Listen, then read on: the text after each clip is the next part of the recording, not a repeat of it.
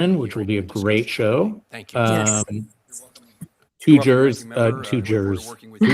So we've got Shannon Bird. Budget requests and our appropriations process. That will also Right be now, pretty good. I was looking at the recognize our Substack witnesses for their subs, testimony, and I it looks recognize like the Director of the FBI. they got a lot of subscriptions from their last Good afternoon, Chairman episode. Moran, Ranking Member Van Yeah. Allen, and members of the subcommittee. I Thank you for think that, inviting me to I represent think the FBI a lot of fiscal year people 2027. respond It's an well honor to to the represent guest. 36,000 men and women So of the we'll see. FBI that serve I around the yeah. world, especially during police. I've been Director, would you paywalling pull more the of our mic closer, shows. please? So This week, especially yeah, for Police I Week, we pause to think commemorate it's the been incredible working out pretty dedication well. and bravery of our law enforcement Yeah, and partners that across the country. Susan, I know Stand on the Kobe front lines and and shield our citizens Joe from dangers and threat. gets Our frustrated way and of life. communicates to Every Kobe, day, who the FBI communicates to safeguards our us. nation's safety and security I don't know with our law enforcement partners. To Anyway, achieve our is that no-fail all mission, that we will paywall fully support the situation? president's Have budget they? proposal for I the responded FBI over the for weekend and didn't hear 12.53 anything. billion, So to, at the end of the get us day, right-sized. we Before getting into still need to keep specifics, the I'd lights like to on. highlight that the So, importance of the FBI mission is never more important Yes. yeah, at this critical and time, but especially during the recent people violent can get it attacks off during our of correspondence Apple center, which Podcasts all too many for of us free, are which there. is always something that I was Joe's proud that the concerned FBI about. within moments immediately It is, launched and a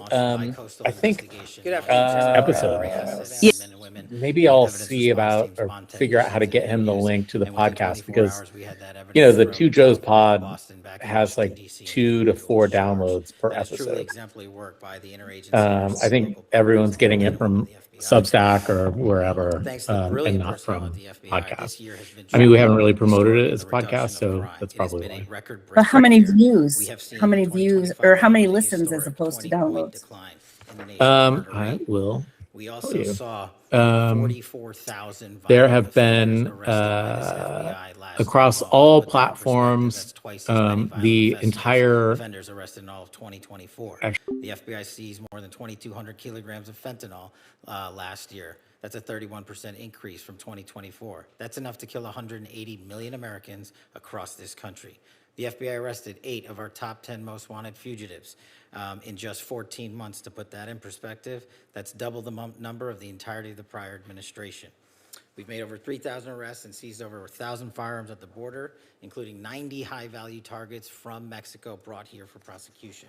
And through our leadership in the Homeland Security Task Force and the interagency, a 6-week effort led by the HSTFs contributed to 400 operations, 32 federal agents working it, and 91 metric tons of drugs were seized. We've also seen unprecedented progress in protecting our most vulnerable, our children. In 2025, we located more than 6,300 missing kids. That's a 30% increase from 2024. And we arrested more than 2,000 child predators and human traffickers in 2025. That's a 17% increase from 2024. We also wiped out 4 million pedophile accounts off the dark web entirely. And we also focused in on the 764 network, those who especially target our youth and are vulnerable online. And we saw a 500% increase in the arrest of the NVE community. In terms of national security, we've been equally aggressive on that front as well, on the counterterrorism side, on the domestic and homegrown violent extremist side. And there's no overstating that our work, the men and women at the FBI, proudly stopped 4 terrorist attacks in the month of December last year alone in California, Pennsylvania, Texas, and New York. We also stood up the NSPM Joint Mission Center, integrating intelligence and operational expertise across our agencies to disrupt political violence and domestic terrorism. We finally empowered our capabilities at the FBI with an AI advancement that the FBI workforce has not seen. This FBI is up using AI 230% across our enterprise.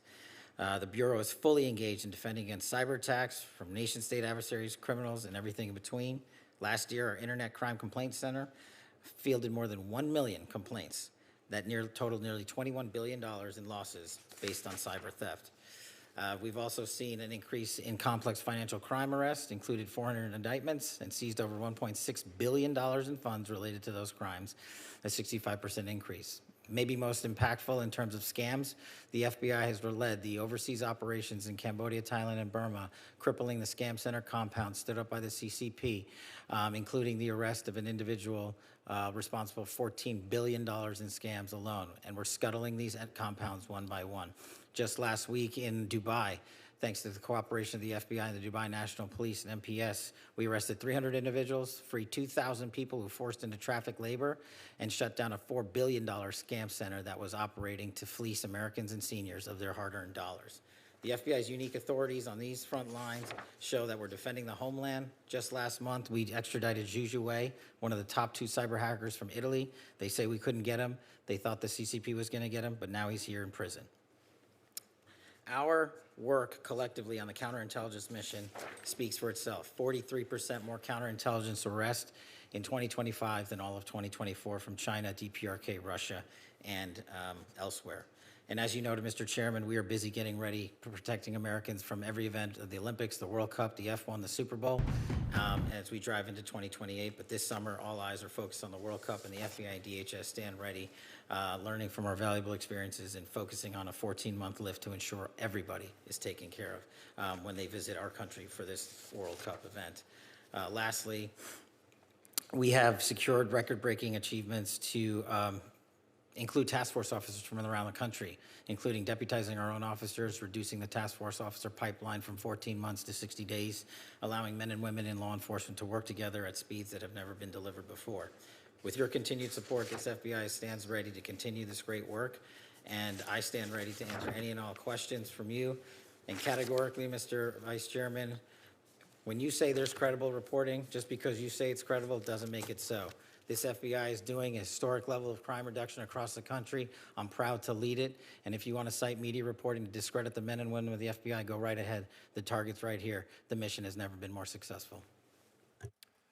Administrator Terrence Cole, Drug Enforcement Agency. Chairman Moran, Ranking Member Van Hollen, and members of the subcommittee, thank you for the opportunity to appear before you today. It's an honor to be here during National Police Week when we recognize the men and women of law enforcement who have given their lives in the line of duty. I appreciate your continued support of the Drug Enforcement Administration and nearly 9,000 professionals who carry out the mission across the United States and around the world. As a law enforcement veteran of more than 30 years, I come before you with a straightforward message.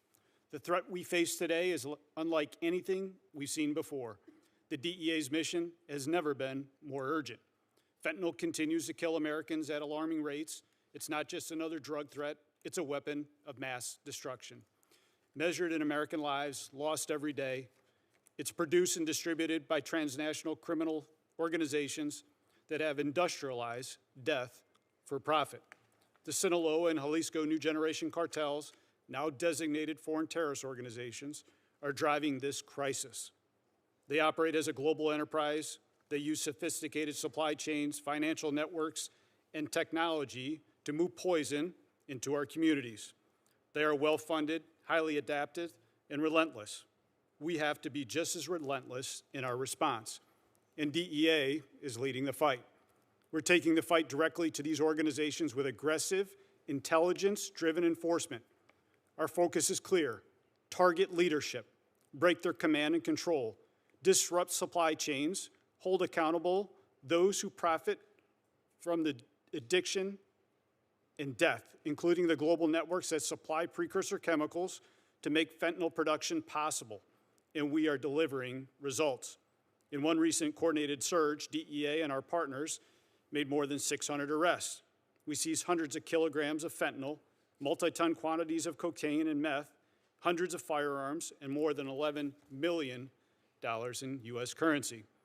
Across our fentanyl operations, we've made thousands of arrests tied to trafficking networks, seized millions of fentanyl pills, removed hundreds of kilograms of fentanyl powder from circulation. Those numbers translate directly into lives saved. We're also seeing an impact at our community level. In one city alone, targeted operations with our partners led to the reduction in violent crime of more than 1/3, and a significant amount of drugs and firearms taken off the streets. Drug trafficking drives violence. When we dismantle these networks, we're not just removing drugs, we're making communities safer. We're also focused on the financial side of this fight. We're going after the money, including the use of cryptocurrency and other tools that these organizations rely on to move and hide profits. Our reach is both global and local. DEA operates in 82 offices across 62 countries, and maintains a presence of 26 field divisions with more than 200 offices here at home. This allows us to attack the problem from source to the street. We do this work with discipline and accountability. DEA's workforce is a driven agency. We have nearly 9,000 employees on board against an authorized level of nearly 9,700 employees. That includes just over 4,000 special agents on board compared to nearly 4,800 authorized. We prioritize putting people where they have the greatest impact, on the front lines. We're also careful stewards of the taxpayers' resources. More than 80% of our budget supports mandatory costs like salaries.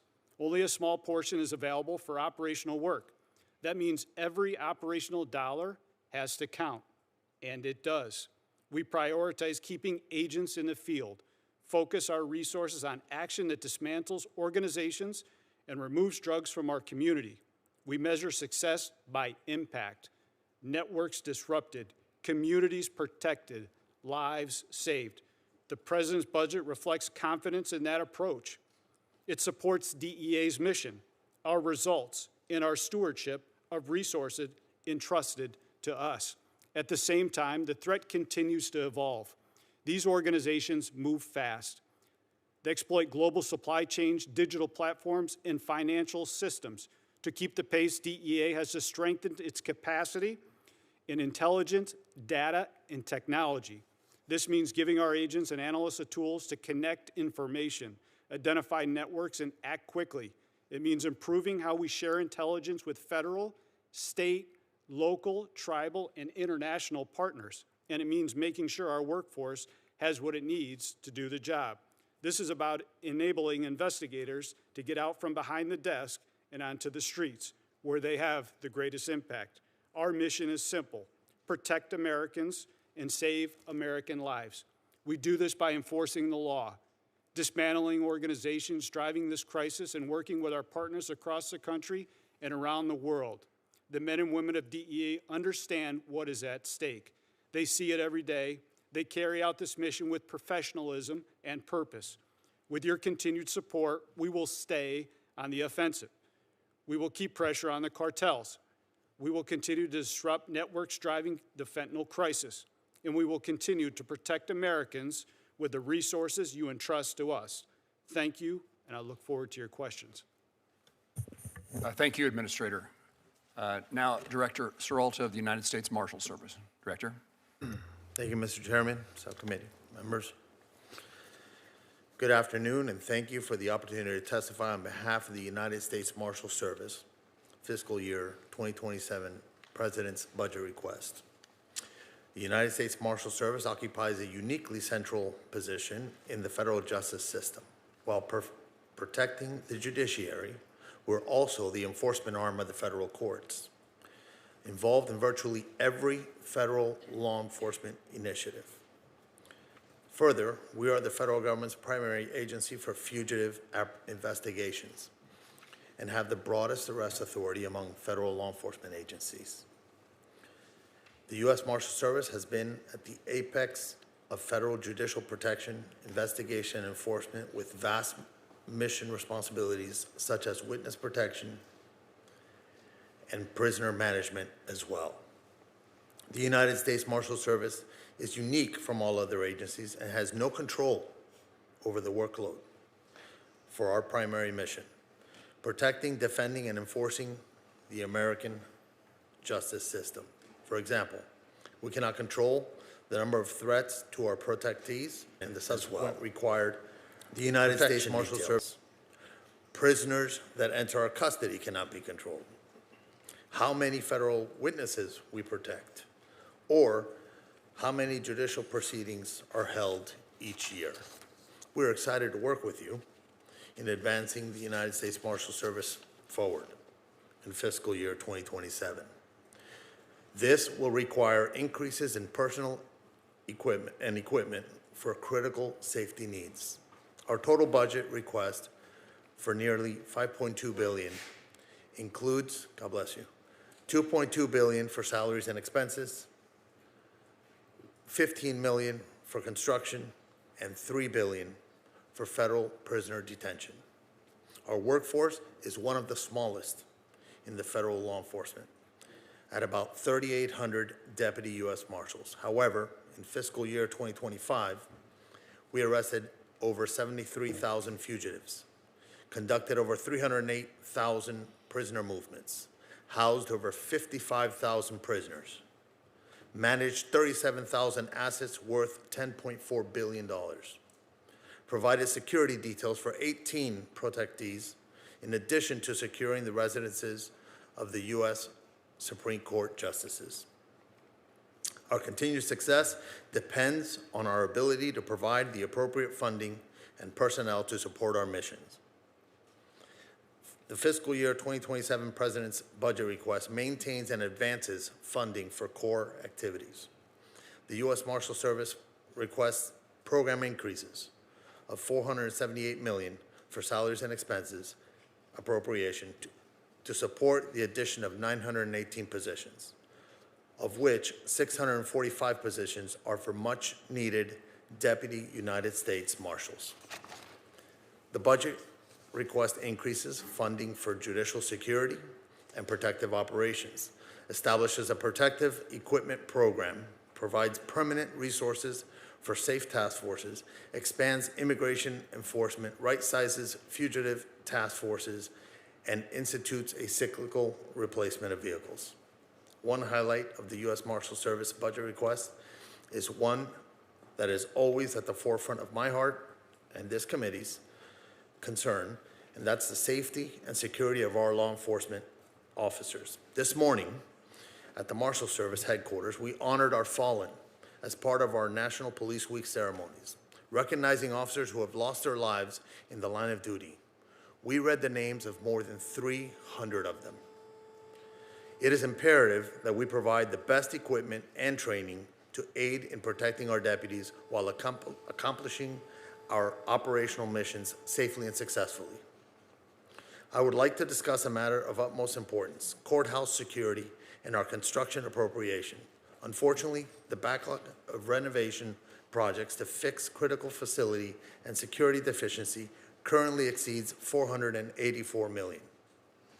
Additional funding is necessary to maintain the infrastructure for the safety of the judicial officials, courtroom participants, the public, and our personnel. Lastly, the Marshals Service is required to house all detainees remanded to the custody of the Attorney General and must ensure sufficient resources are available for their housing and care. We have had some funding challenges in the last few years and appreciate the President's budget request of $3 billion. In closing, our continued success depends on our ability to provide the appropriate funding and personnel to support these vital functions.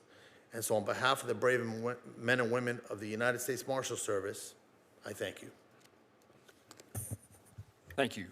Now, Robert Sakata, the Director of the Alcohol, Tobacco, Firearms, and I appreciate your attendance. Thank you. Good afternoon, sir. Good afternoon, Chairman Moran, Ranking Member Van Hollen, and members of the subcommittee. Thank you for the opportunity to discuss the President's fiscal year 2027 budget request for the Bureau of Alcohol, Tobacco, Firearms, and Explosives. I am truly honored to be here. ATF is the only federal law enforcement agency whose primary mission is combating violent crime. We arrest violent criminals, disrupt firearms trafficking networks that arm gangs and cartels, investigate bombings and arsons, and deliver world-class forensic and intelligence services to state and local partners, all while protecting the Second Amendment rights of law-abiding Americans.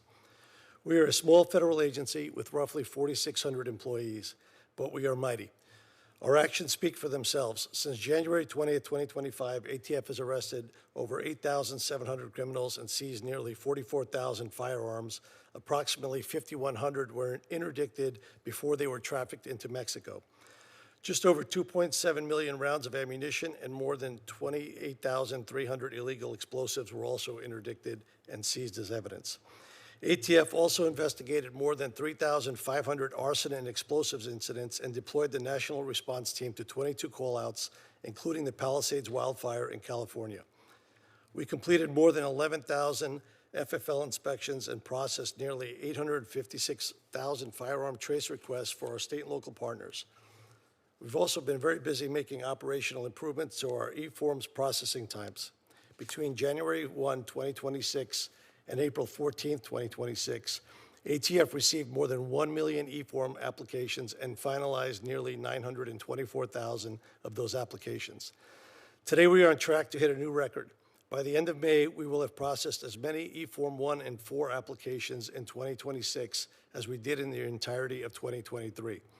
We have done all of this while cutting e-forms 1 processing times from 47 days to 42 days, and cutting e-form 4 processing times from 230 days in 2023 to just 12 days today. The funds Congress has appropriated to date have allowed ATF to make a tangible difference in communities throughout the country every single day. ATF provides critical services to state and local law enforcement at no cost, including firearms tracing, ballistic intelligence, and forensic laboratory examinations involving firearms, arson, and explosives. These capabilities are central to identifying shooters, disrupting trafficking networks, and solving violent crime. ATF is grateful for this funding and has achieved a tremendous result, but without adequate investments by Congress, these results are not further sustainable. That is what makes the President's FY27 budget request for ATF so important. It totals $1.652 billion for salaries and expenses, with 4,749 full-time equivalents. It is what ATF requires to sustain our mission. Notably, the administration's budget includes 2 program enhancements, $7.8 million for NIBIN and $25.8 million for combating gun violence. The NIBIN enhancement will enable ATF to replace aging ballistics imaging equipment and expand correlation services to additional sites. This would ensure timely investigative lead generation, allowing law enforcement to identify and apprehend violent offenders more effectively. The combating gun violence enhancement will enable ATF to add 86 positions, including 60 special agents, to support the expansion of firearms trafficking task forces along the southwest border and increase ATF's ability to identify, disrupt, and dismantle cross-border smuggling operations. If enacted, the administration's budget will enable ATF to sustain core capabilities, modernize critical infrastructure, and continue providing and expanding access to services for law enforcement partners, allowing us to continue focusing on our unique mission of combating violent crime. The Senate has been a staunch supporter of ATF's mission. I'm deeply grateful for that. I look forward to continuing to work together. I thank you all again. I look forward to your questions. Director Sakata, thank you very much. We'll now begin with a round of questions, and I'll begin with you, Administrator Cole. I just returned from a visit to China, where in conversations with Chinese leaders, we again push the issue of precursor chemicals and their import to Mexico and ultimately the drugs to the United States. I've also been to Mexico and met with the leadership there to encourage them to discourage China from continuing to import those precursors. What's the DEA? What are you doing as the administrator to engage those foreign partners in China as well as other places, India, for example, to break down this supply chain? Senator, thank you. And DEA is laser focused on targeting and disrupting the supply chain out of China as well as in India. We've held 2 bilaterals this year with Chinese officials, one at DEA headquarters and the other one at our Rocky Mountain Field Division. We continue to work on the ground in Beijing, China, with NCB, the National Control Board in China, as well as MPS, the Ministry of Public Safety. We continue to stay engaged. We continue to target the Chinese organizations that are sending this precursor chemicals into Mexico for the manufacturing of fentanyl to come across our border. We will continue to stay on our front foot. We will continue to target. We will continue to work with U.S. Ambassador David Perdue on the ground in China, who's been a tremendous advocate on the ground, not only for all federal law enforcement, but for protecting American citizens in our country from this danger of the precursor chemicals that continue to flow into Mexico and into Colombia. Administrator, how do you evaluate the interest, the willingness of the Chinese officials and other foreign countries, their leadership in actually assisting in keeping the precursors out? And at the ground level, we're working extremely well. I think there are still barriers that are in place. I know the president's visit this week will be fruitful as we continue to stay on the offense when it comes to protecting Americans to this precursor chemicals that continue to flow into Mexico and China. The Mexican authorities have stepped up their game with bilateral cooperation. I think everybody at this table has seen an increase in the cooperation with Mexico, but we need more. We can only determine the effect when we start to see the decrease in Americans that are dying at the hands of this poison that is coming out of Mexico, but is being fueled by China and India. Thank you for your efforts, and I look forward to results. Director Serralta, you are the second U.S. Marshal I ever met in a visit to Florida when you were in the District of Florida, and I appreciate the hospitality you extended to me, 3 years ago or so, as I tried to learn about the Marshals Service in this capacity I hold on this committee. You mentioned infrastructure at courthouses. I've taken an interest over the years in the Commerce, Justice, Science Subcommittee working to provide additional resources for judiciary security. And that has included security operations, courthouse security, protective details, and threat response capabilities. We've also worked to provide legislation so that information can be removed from websites regarding members of the judiciary and their families. You mentioned another aspect of this in your testimony, and that's about infrastructure. I leaned back to my staff to ask if this subcommittee has jurisdiction over infrastructure at courthouses, which I didn't necessarily think we did, but we do because it comes out of your budget. So I wanted to give you the chance to highlight, for me at least, what's the current circumstances that our judges and court officials face in regard to threats, and if you want to re-highlight for us the things that we might do to be helpful to make their persons more secure. Thank you, Senator Moran. It was a pleasure to have you in Florida. I hope to do that again sometime. You did that never knowing that you were going to be the director of the U.S. Marshals I did not Service, know I that. assume. Correct. So our judicial security protective operations is due to with the president's budget to have an increase of $34.6 million. And that's going to strengthen and expand the protective operations mission by adding more dedicated teams and allow the USMS to surge resources when threats necessitate enhanced judicial security. But you bring about the question about the construction backlog, which I mentioned in my opening. The construction backlog is $484 million, and that includes $30 million of it for prisoner elevators. So anytime we have to take a prisoner through a different elevator or up the steps, we risk the prisoner injuring himself or someone being injured by having the prisoner walking in unsecure locations. So it is a serious concern. It is something that I believe goes to the judicial security as a whole. The Marshals Service mitigates and we triage what areas we work with first with the input of the judiciary. You would take just one more minute before I turn to Senator Van Hollen. What threats, what's the significance of the threats members of the judiciary and their court officers face today? Is it changing? So for the last several years, there's been an increase in threats. Any threat that is a viable threat to a judge, to us, is serious business. It's something that we will investigate and arrest individuals and seek prosecution on. So there has been an increase in threats. It's been over the past several years, and it's fueled primarily by social media, where folks can be brave on the internet, yet when we go meet up with them, they're not so brave. Thank you. Senator Van Hollen. Thank you. Director Sakata, you hold a position of public trust. Do you agree that you should lead by example and be held to at least the same standard of conduct as you expect of ATF agents? Yes, sir.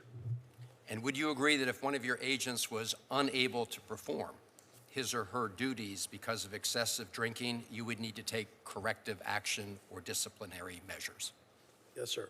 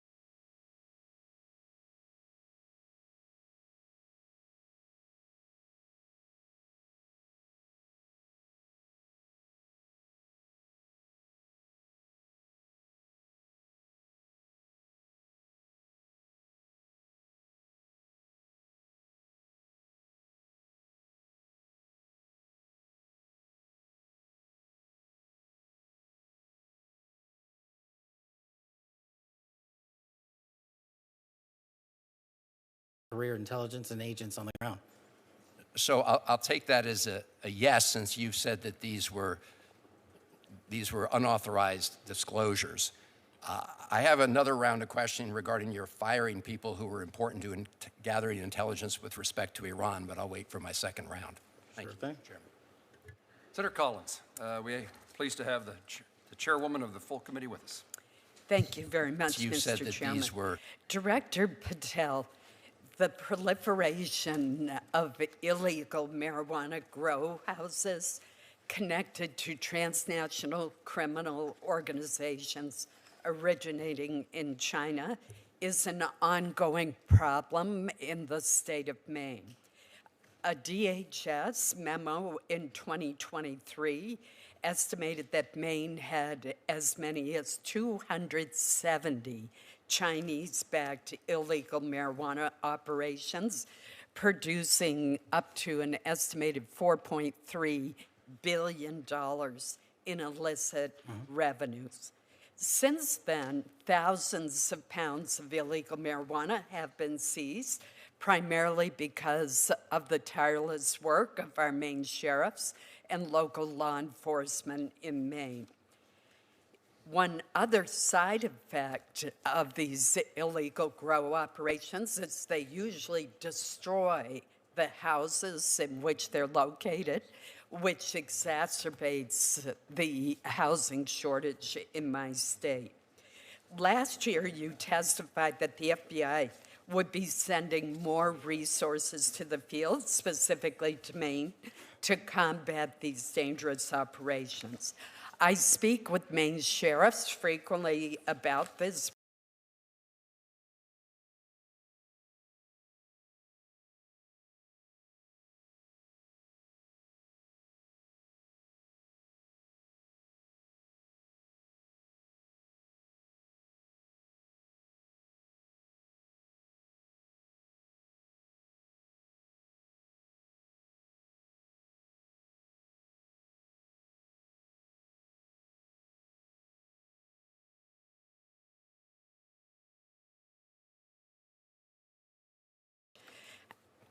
Bring me up to date on how the FBI is working to address these dangerous grow houses that are operating not just in Maine, although we're a particular target, but Oklahoma, California, and other states as well.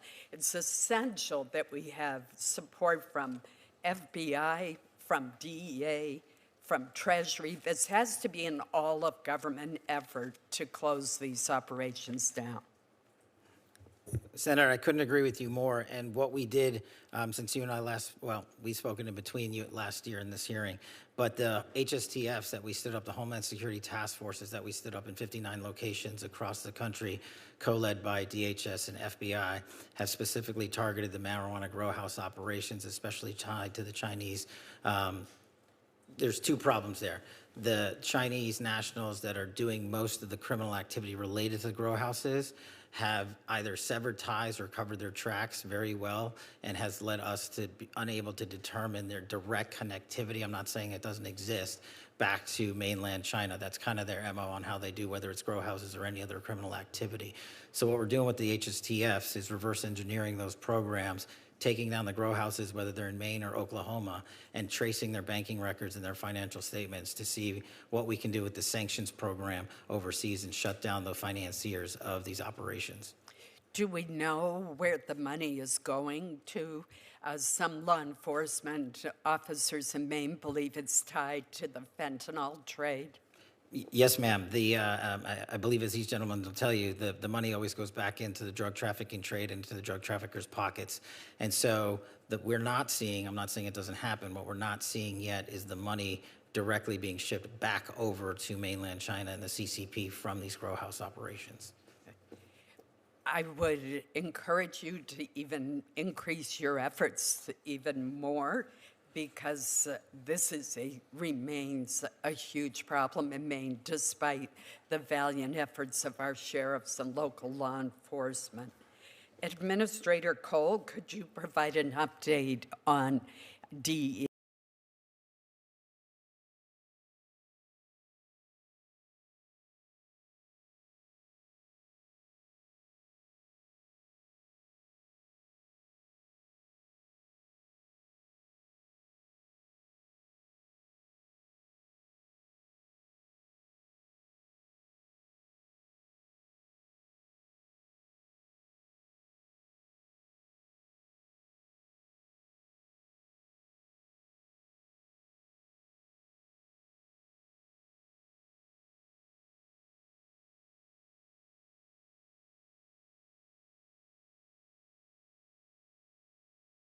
findings off the blockchain, but to specifically look at 1, 2, and 3 tiers removed to help identify exactly where those illicit gains are going to.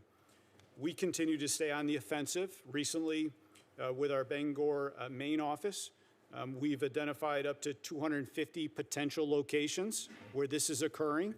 So this is ongoing cooperation with our state, local, tribal partners and our federal partners, not only through our efforts, but the efforts of the Homeland Security Task Force that has come together. We will stay on the front.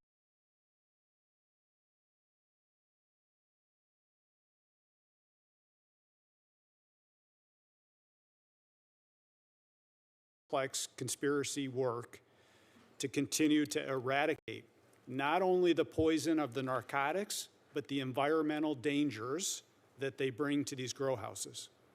So we will continue. We will keep you posted, Senator. My team is happy to follow up with your team to give you progress and update reports. Thank you. But the environmental What dangers I have that found they bring to is these a lot of time, constituents who live near these houses know what's going on. I mean, all of a sudden, the windows are covered. They see people going in and out at odd hours. They can smell, in some cases, the marijuana. These are not the licensed operations that are legal in Maine. These individuals are not following any of the rules, and they are operating illegally and causing tremendous harm. The fact that your latest reporting shows that there's still 250 houses, and that's probably an underestimate, it shows how incredibly serious this problem is. And again, think of the affordable housing crisis in Maine, in Oklahoma, and other states. These are houses that become uninhabitable because of the amount of black mold that is usually inside of them. So I hope you will continue the task force effort, because this really requires an all-of-government approach. Thank you. Thank you, Mr. Chairman. Thank you, Senator Collins. Senator Shaheen. Thank you, Mr. Chairman, and thank you to each of our witnesses for being here today. Director Cole, I'd like to begin with you. And I'm very pleased that the New England Drug Lab, which is located in Londonderry, New Hampshire, has now opened, not officially, but soon. And it's soon going to start processing samples. But I am concerned about the staff capacity for that lab. And I understand it's going to take about 50 full-time personnel once it's fully staffed. And it's the 8th regional DEA lab. So can you tell me how many positions the DEA needs to fully staff all of its labs, and whether you have requested money in the budget to do that? Senator, thank you for your support of the DEA lab and the funding to go along with it. We are happy to report on time and within budget. Right. Two things you often don't hear in government, but on time and within budget. We are looking forward to being the subject matter experts in building that capacity there. Chemists, fully on board. We are ready to go. We are currently hiring the fingerprint specialists that are going to be required, but we're committed to have that lab fully staffed to service the men and women of local, state, and tribal law enforcement as they continue to identify new synthetic strands of opioids that continue to arrive in the United States from Mexico that are being fueled by China. It's important to realize that as we continue to identify these strands and push out these PSAs, we have a recent PSA, public service announcement, that went out last week regarding 3 more strands of synthetic opioids. This Yes, lab is... we're seeing that in New Hampshire, and we're very concerned about it. But so you're comfortable that the money that you've requested in the budget would fully staff not just our lab in New England, but all of the other 7 labs? Yeah, so the great thing about DEA with the chemists, they are the highly fully staffed core series at DEA at almost 97%. We have a class in session right now of 17 more chemists coming on board. So I'm very confident that we are going to be staffing levels at 98 99% Right. within the next few months. Yes, ma'am.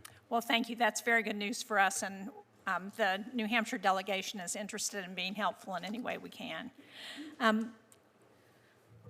Director Seralto, I know that you said that at the Marshals Service, you can't really control much of the work that you have to do, that you have to handle whatever comes your way. But you can control what you request in your budget. And I noticed that your budget have to handle whatever comes. Increased funding of more than $152 million. But you can control what you request in your budget. And I noticed that your budget request increased funding of more than $152 million for immigration-related activities. Judicial security. Criminal activity. And I am concerned that, given the increase in are problematic. So criminal activity against our federal judges that, as you point out, the threats to them are problematic. So can you talk about why the dramatic increase in immigration funding, but only, about a quarter of that to handle judicial security when that's a major aspect of the work that you all do? Thank you, Senator Shaheen. I appreciate that question. So our immigration ask for $152 million expands the USMS's participation in the Homeland Security Task Forces, whose mission is workload in our traditional missions. So the efforts of our immigration work as a nation are going to add to the cost of the Marshals Service's processes. I understand, but we've just passed billions of dollars for immigration activities and no additional funding in the Republican-passed reconciliation bills to address judicial security. And given, as you point out, the threats to judges across this country, don't you think it might be better to rely on the billions that are in those bills to address immigration and refocus those dollars for the Marshals Service on judicial security and courthouse security? Well, Senator, I can tell you the Marshals Service could use the money for the security situations with our backlog in construction. That is a big number. That's $484 million. Right, I understand that. So who made the determination that you were going to increase immigration funding by such a large amount? Well, in staffing the HSTFs, the president has given us money to be able to staff those HSTFs. So it is so that we don't take away from judicial security. That's why that number is higher. Our judicial security protective operations has gotten a $34 million, or the budget proposed a $34 million addition. No, I understand, but the $152 million I understood was also an addition. My time is up. Thank you, Mr. Chairman. Thank you, Senator. Senator Graham. Thank you. Mr. Cole, what would you say to anybody who wanted to abolish the DEA?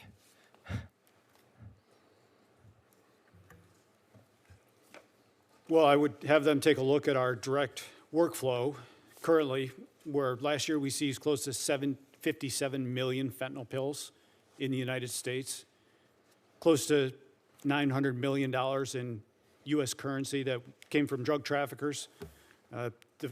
The foreign footprint that we currently have, you would have cartel members celebrating all over the world, designated terrorists celebrating all over the world that the DEA was gone. That's a good answer. So terrorists and drug cartels would be celebrating. So I just want to say to the men and women of the DEA, thank you. I think you make our lives eminently safer.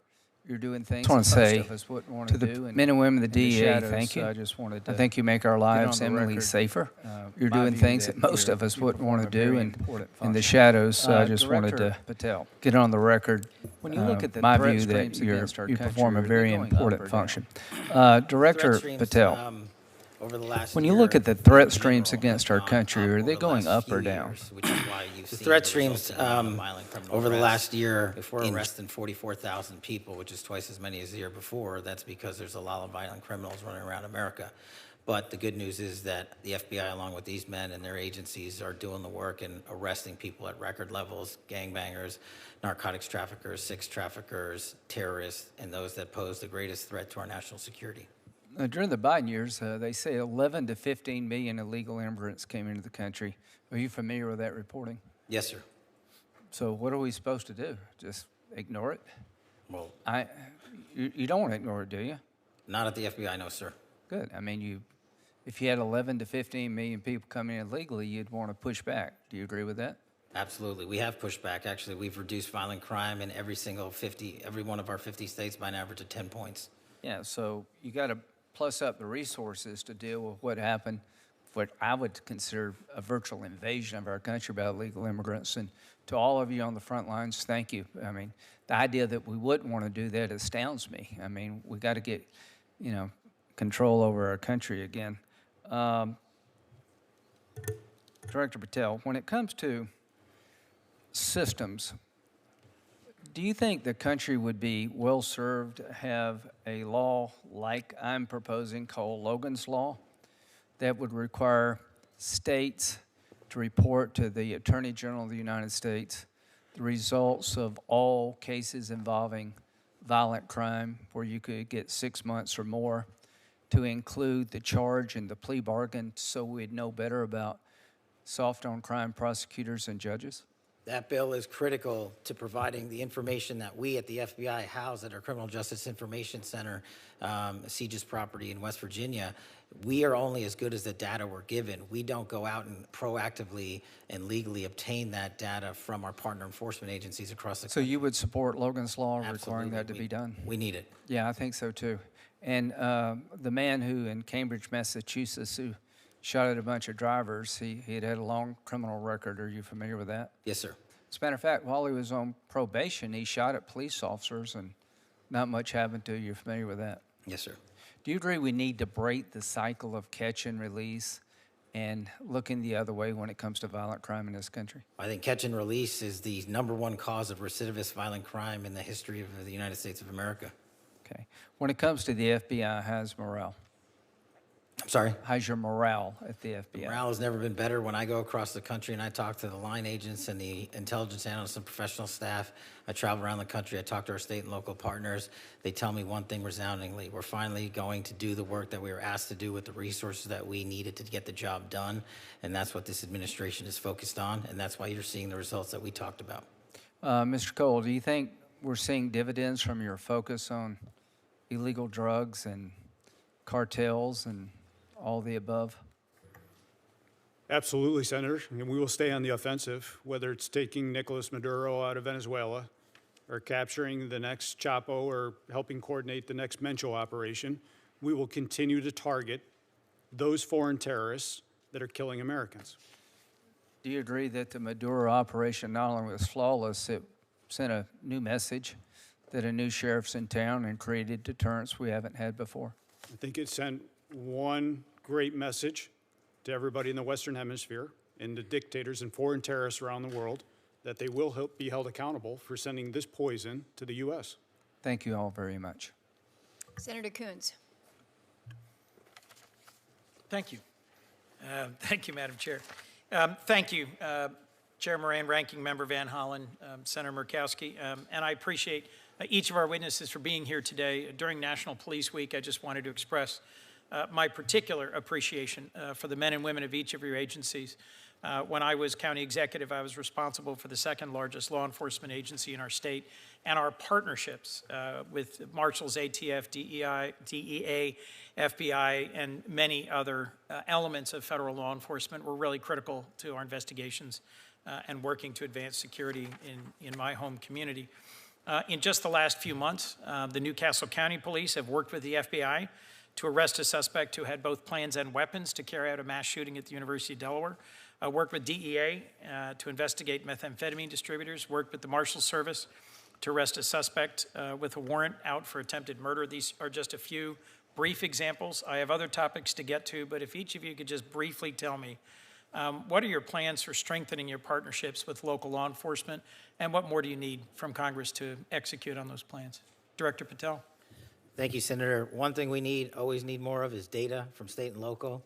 Anything we can do from a legislative perspective at the federal state level to get us that data so we can ingest the data and get it back out to our partners, that's critical. What we're doing to expand specifically at the FBI, for the first time ever, we stood up our LEPIC, our Law Enforcement Partner Engagement Council. So I didn't want to just hear from police officers from around the country by email and phone call. I embedded 10 officers and sheriffs and tribal officers permanently at the FBI because they're the best connected.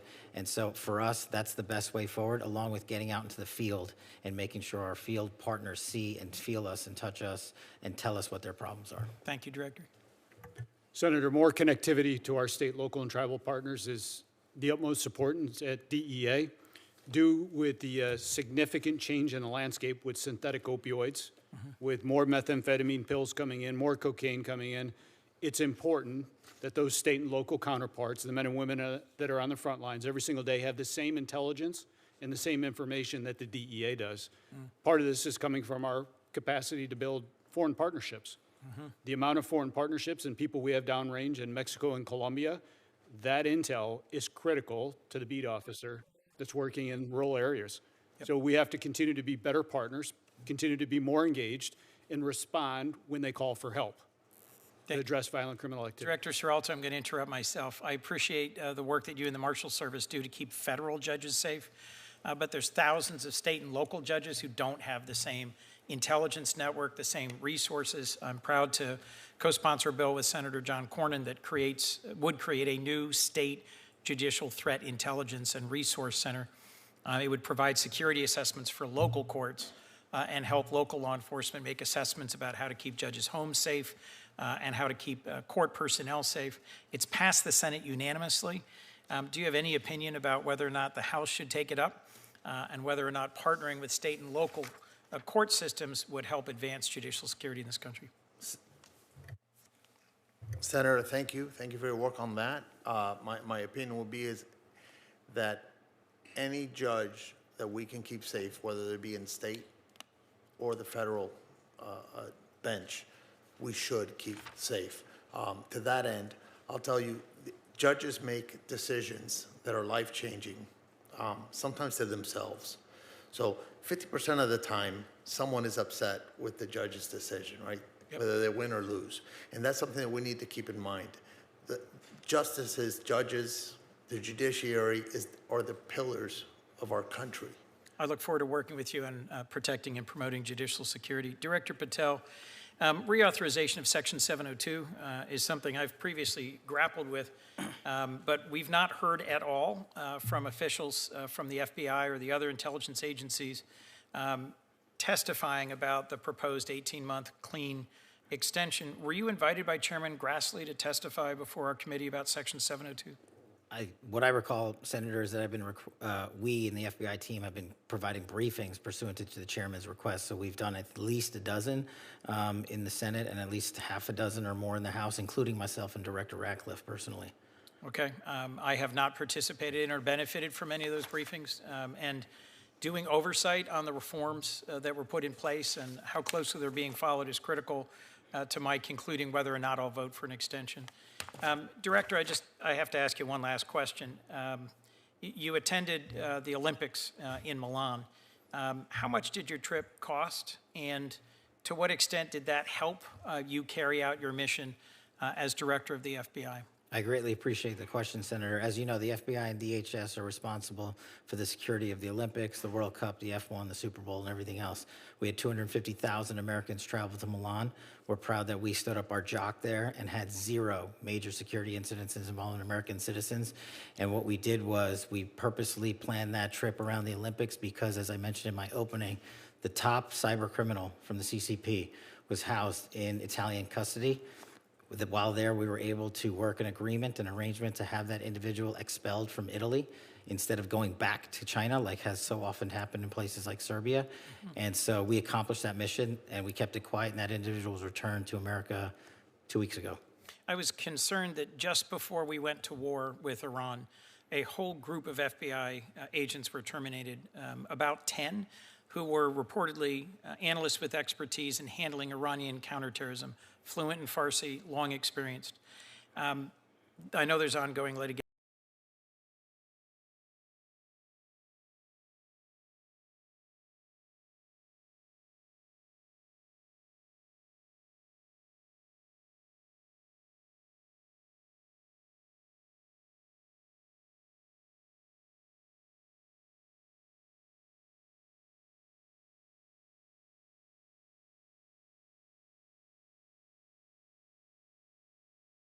agents, and we have seen a 47% increase in the arrest of Iranian spies. Do you disagree that there were 10 Iran specialists dismissed right before the war began? Yes.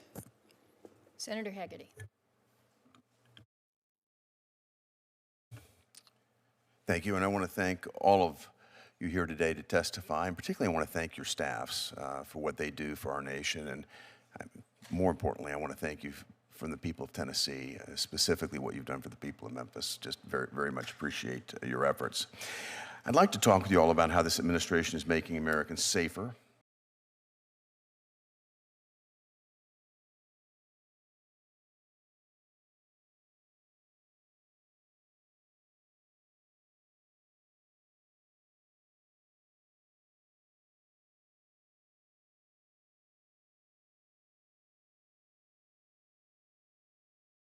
I remember in December of 2024, we had a conversation about how Memphis needed an all-hands approach to deal with this situation. And I asked you at that point, when you were contemplating coming in to run the FBI, if we could get help from the world's most sophisticated law enforcement agency to revitalize the city of Memphis. And you were overwhelmingly supportive of that, and I can't tell you how much I appreciate it. In fact, I was so honored to host you in the spring of 2025 in Tennessee as we let unfold the plan that would actually help rescue Memphis. And it later became the Memphis Safe Task Force, but it started out under the radar with the efforts that you put in place. And I thought I would just get you to expand for the benefit of this committee, the efforts of the task force, how it was ultimately supported and how it laid the blueprint for, again, becoming the Memphis Safe Task Force that we've seen today. Well, you're absolutely right, Senator. It was an interagency lift by the task force that's led by these gentlemen here on this committee, working relentlessly to safeguard not just Memphis, but places like Washington. But I thank you for highlighting the FBI's work. Before the task force was stood up, the FBI launched Operation Viper and Operation Summer Heat. And what we did is launch and deploy and surge assets across the state of Tennessee, but specifically in Memphis, to cripple the localized street gangs, the firearms capabilities, and drug trades that were just everywhere. And for those that don't know, I know you know it, Memphis had the highest per capita homicide rate in the country. And now we've reduced that by, I think, 54%. Yeah. So what we did was we set the ground. We set this phase 01 operations with the FBI on the ground.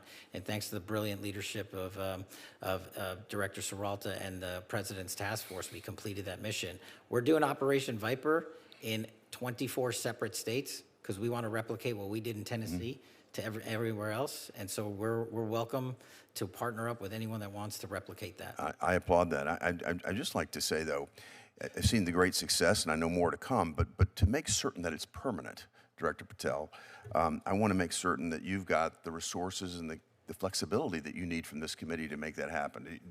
Anything that you'd like to advise us that you'd like to see to achieve that objective? Well, thanks to you and the leadership in Tennessee, we just opened up our new office in Memphis to permanently assure the citizens of Tennessee that we're not going anywhere. And the budget request enhancements that we've put in place will allow us to hire the agents that we need to fill those billets across the country. Yeah, that's a nice reversal from previous policy. Thank you. And thanks for all of the effort. Director Serralta, I'd like to turn to you. Certainly things didn't stop with the FBI's crime task force. That effort laid the groundwork for the president to issue an executive order establishing Memphis Safe. Director, given your direct involvement, can you walk me through the results of Memphis Safe Task Force from your perspective and where you see it going from here? Thank you, Senator. Thanks to your support and that of your colleagues and local government there as well. It's been highly successful. So the president's decisive action in Memphis proves that when federal government partners with local government leaders, we can turn the tide against failed experiments in criminal justice reform and make America safe again. Since launching on August 1st, 2025, and as of April 30th, 2026, I am pleased to report that the operation has yielded 8,701 total arrests by federal officers, averaging 40 per day, including 64 for homicide, 957 for narcotics, and 791 for firearms violations. We've seized 1,426 illegal firearms in Memphis alone, an average of 6 per day. That could have fueled more shootings, assaults, or worse in that city. I'm looking actually at one of the records. We had a daily report on this, and I would commend this to my colleagues. This is amazing work that you're doing. Thank you, Director. I hate to cut you short, but I just would like to ask you one other question. It's a glaring example to me when you have cooperation from a state, from a city, what can happen, and the results that you just went through, dramatic improvement. Rather than calling our law enforcement Gestapo, like we've heard in some other parts of America, we've embraced the help, and the results have been dramatic. And I'd just like you to share with us the response that you've received from the people of Memphis. So it's 31 agencies working together. That includes state and local and federal. And the operation has had significant positive impact on the lives of the Memphis residents. The city residents and visitors are now visiting the downtown area. Local businesses are rallying back. There's been large-scale public events have also shown improved safety outcomes. That was demonstrated in December with the St. Jude Marathon, which hosted about 22,000 runners, and not a single burglary was reported that day. And that's different and compared to other years. Perhaps the most telling is one of our Special Assistant United States attorneys recently reported that a traveling emergency room doctor expresses appreciation for what the task force has done. He said that in recent years past, he would have approximately 3 to 5 gunshot wound victims per shift. And now he sees an average of 1 gunshot victim every 3 or 4 shifts. It's dramatic. We've made an amazing impact, and the fiscal year 2027 President's budget request includes a vital program increase for us, $76 million for 200 positions. This is to have that staying power that you were talking about earlier with Director Patel. Thank you, Director Siralton. I just want to say again, I want to thank all of the employees of the 31 agencies that have made Memphis safe again. It's an example that I hope my colleagues here on the committee will look to and say this is a true example of where cooperation can make a difference here in America, and you have transformed a city for us. Senator Murray. Thank you very much. Manners. Thank you for joining us, Vice Chairwoman. No worries. And I appreciate your presence. Thank you very much, Mr. Chairman. Director Patel, I want to start by recognizing important work by the FBI to crack down on fraud. In one case, the FBI helped bring justice multiple former business owners who orchestrated a $205 million Medicare fraud scheme on the American people. And those business owners filed nearly 1 million false claims for services that they never provided any patients, literally stealing from American taxpayers and preying on vulnerable people who were suffering from Alzheimer's and dementia and substance abuse. But thanks to the FBI, those crooks were held accountable. So I just wanted to ask you today if you would pass along my gratitude to those FBI agents for their tireless work bringing those criminals to justice. I will, ma'am. The fraud work is often overlooked, and I greatly appreciate that. And very important. But I do have to say, unfortunately, President Trump, the guy who says he's going after fraud, granted this man, Lawrence Duran, clemency last June. He was set free and let off the hook for the $87 million he owed in restitution. And Trump granted clemency to Duran's business partner last February, cutting well short her 35-year prison term. He literally undid the important justice work the FBI served and let fraudsters off the hook, and I find that deeply disturbing. With that, I want to say, I want to take a moment to reiterate the important role of DOJ law enforcement in keeping all of us safe. Those agents and deputy marshals are absolutely critical to making sure public safety and solving crime. But I worry that instead of pursuing these child abusers or terrorists or drug traffickers or other criminals, you have our agents spending time carrying out Stephen Miller's mass deportation agenda and harassing families and children. I want to ask you, Director Patel, how many FBI agents have been reassigned to work on immigration enforcement? No one at the FBI has been reassigned to work solely on immigration, ma'am. Well, I would differ with you because according to the Cato Institute, more than 2,000 FBI agents were reassigned to work on immigration enforcement in 2025. By the way, it's not just the FBI. More than 2,000 agents from the DEA, more than 600 from the Marshals Service, and more than 1,000 ATF agents are spending their time on immigration enforcement. That has really pulled critical, highly trained assets off of work to keep our communities safe from drugs and guns and other threats, and I find that deeply disturbing. Now, Director Patel, I want to ask you about a number of extremely troubling stories recently about your leadership and temperament and what's happened to the FBI with you at the top. And in response to all the concerns about your leadership, instead of righting the ship, you've taken to polygraphing your employees to scare them and attempt to rat out leakers.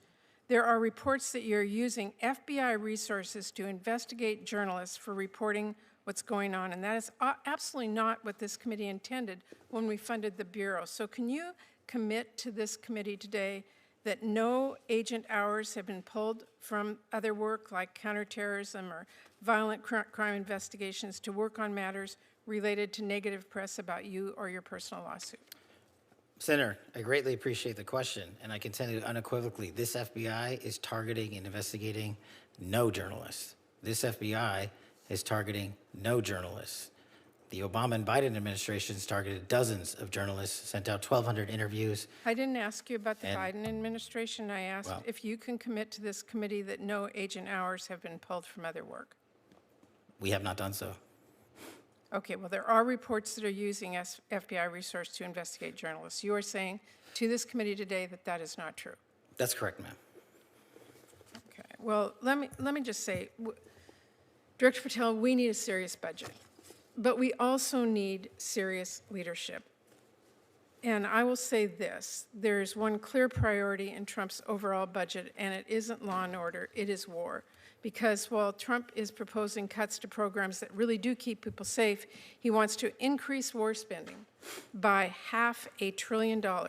And I don't need to tell anyone here we are not going to bomb our way to safer communities. So I intend to help rip that budget up and write bills that keep families safe. But beyond that budget, we need serious leadership at the FBI that the American people can trust.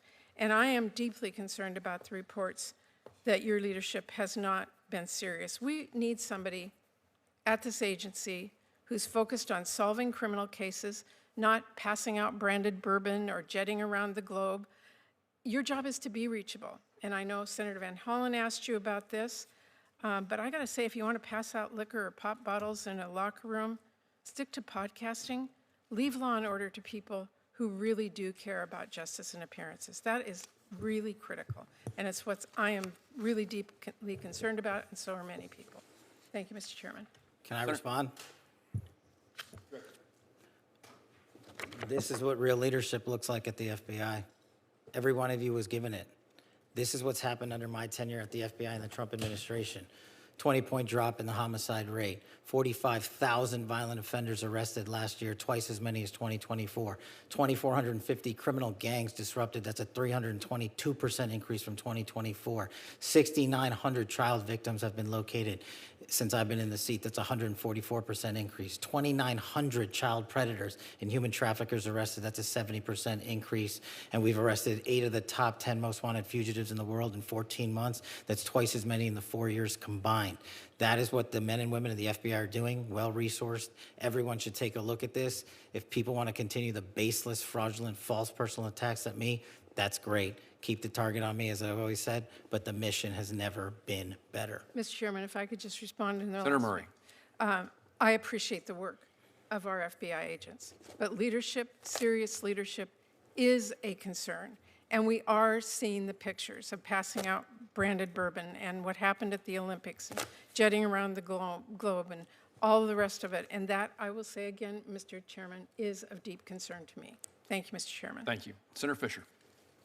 Thank you, Mr. Chairman, and thank you, gentlemen, for being here today.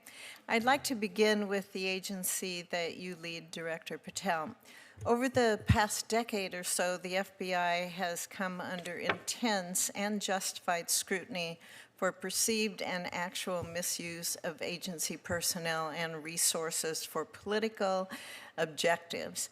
Director Patel, what steps have you taken to refocus the Bureau to its core missions of counterterrorism and counterintelligence on federal law enforcement and on criminal justice? Thank you, Senator. I think the weaponization of law enforcement that you spoke of was caused by the centralization of the FBI in the National Capital Region. What I mean by that is, before I got in the seat, over 1/3 of the entire FBI workforce was located in the National Capital Region. When I got here, I put 1,000 agents into the field permanently. Every single state got more agents than they've ever had.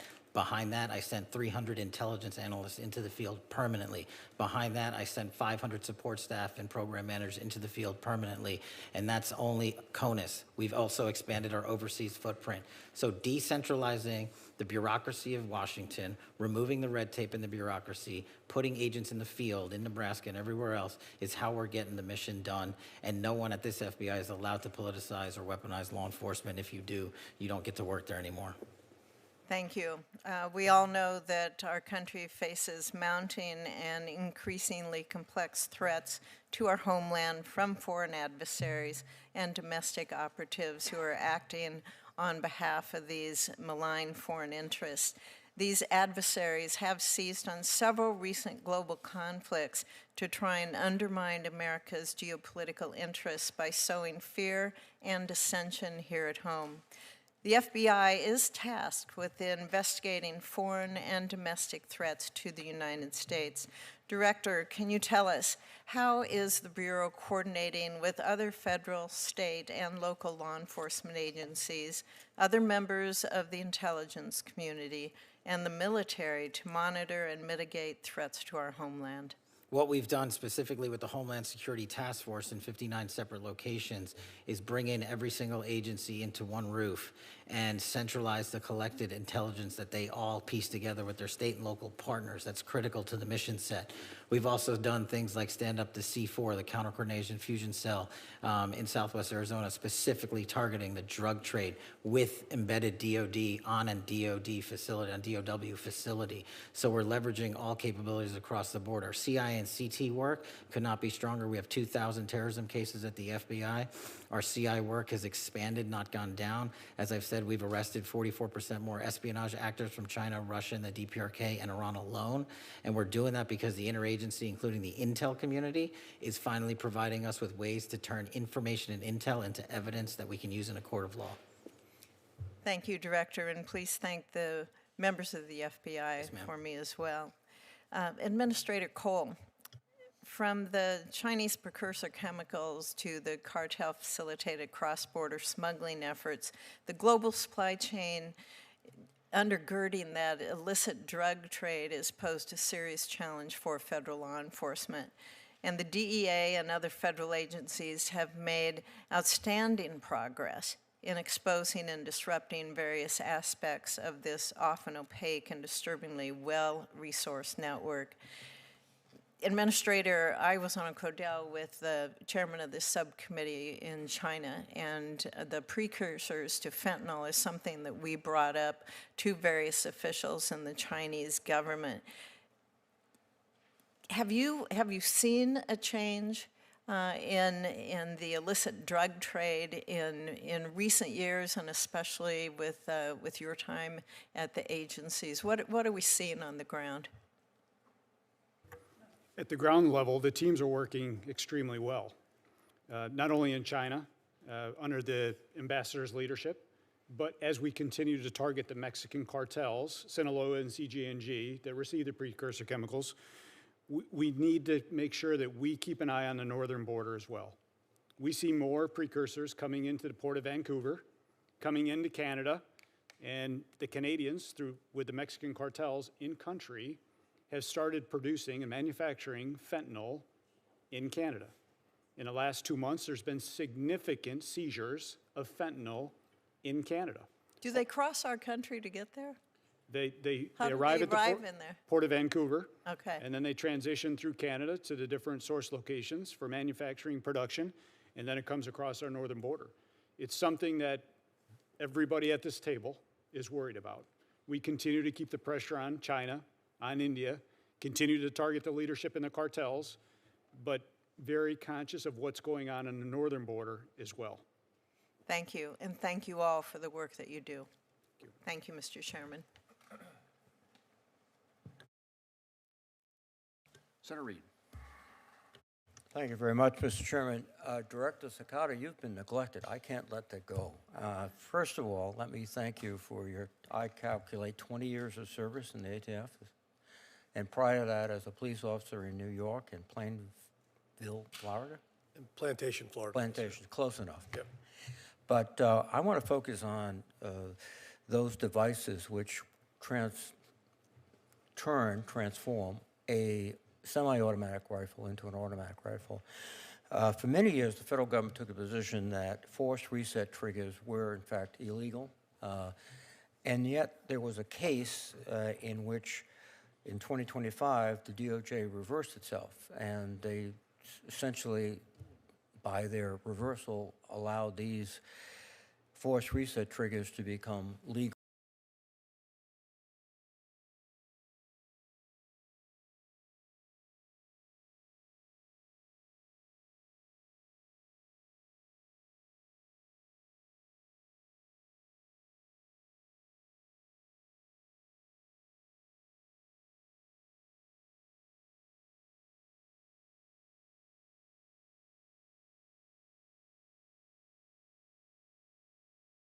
Devices from getting out and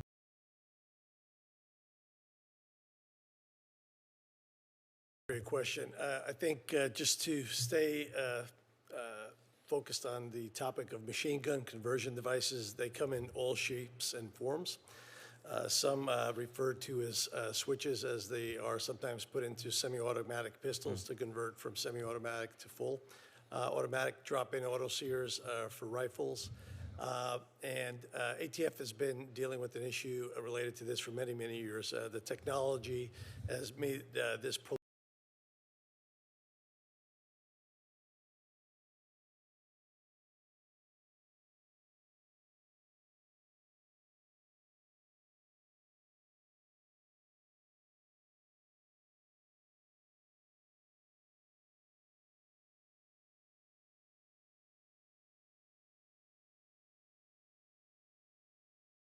not too long ago.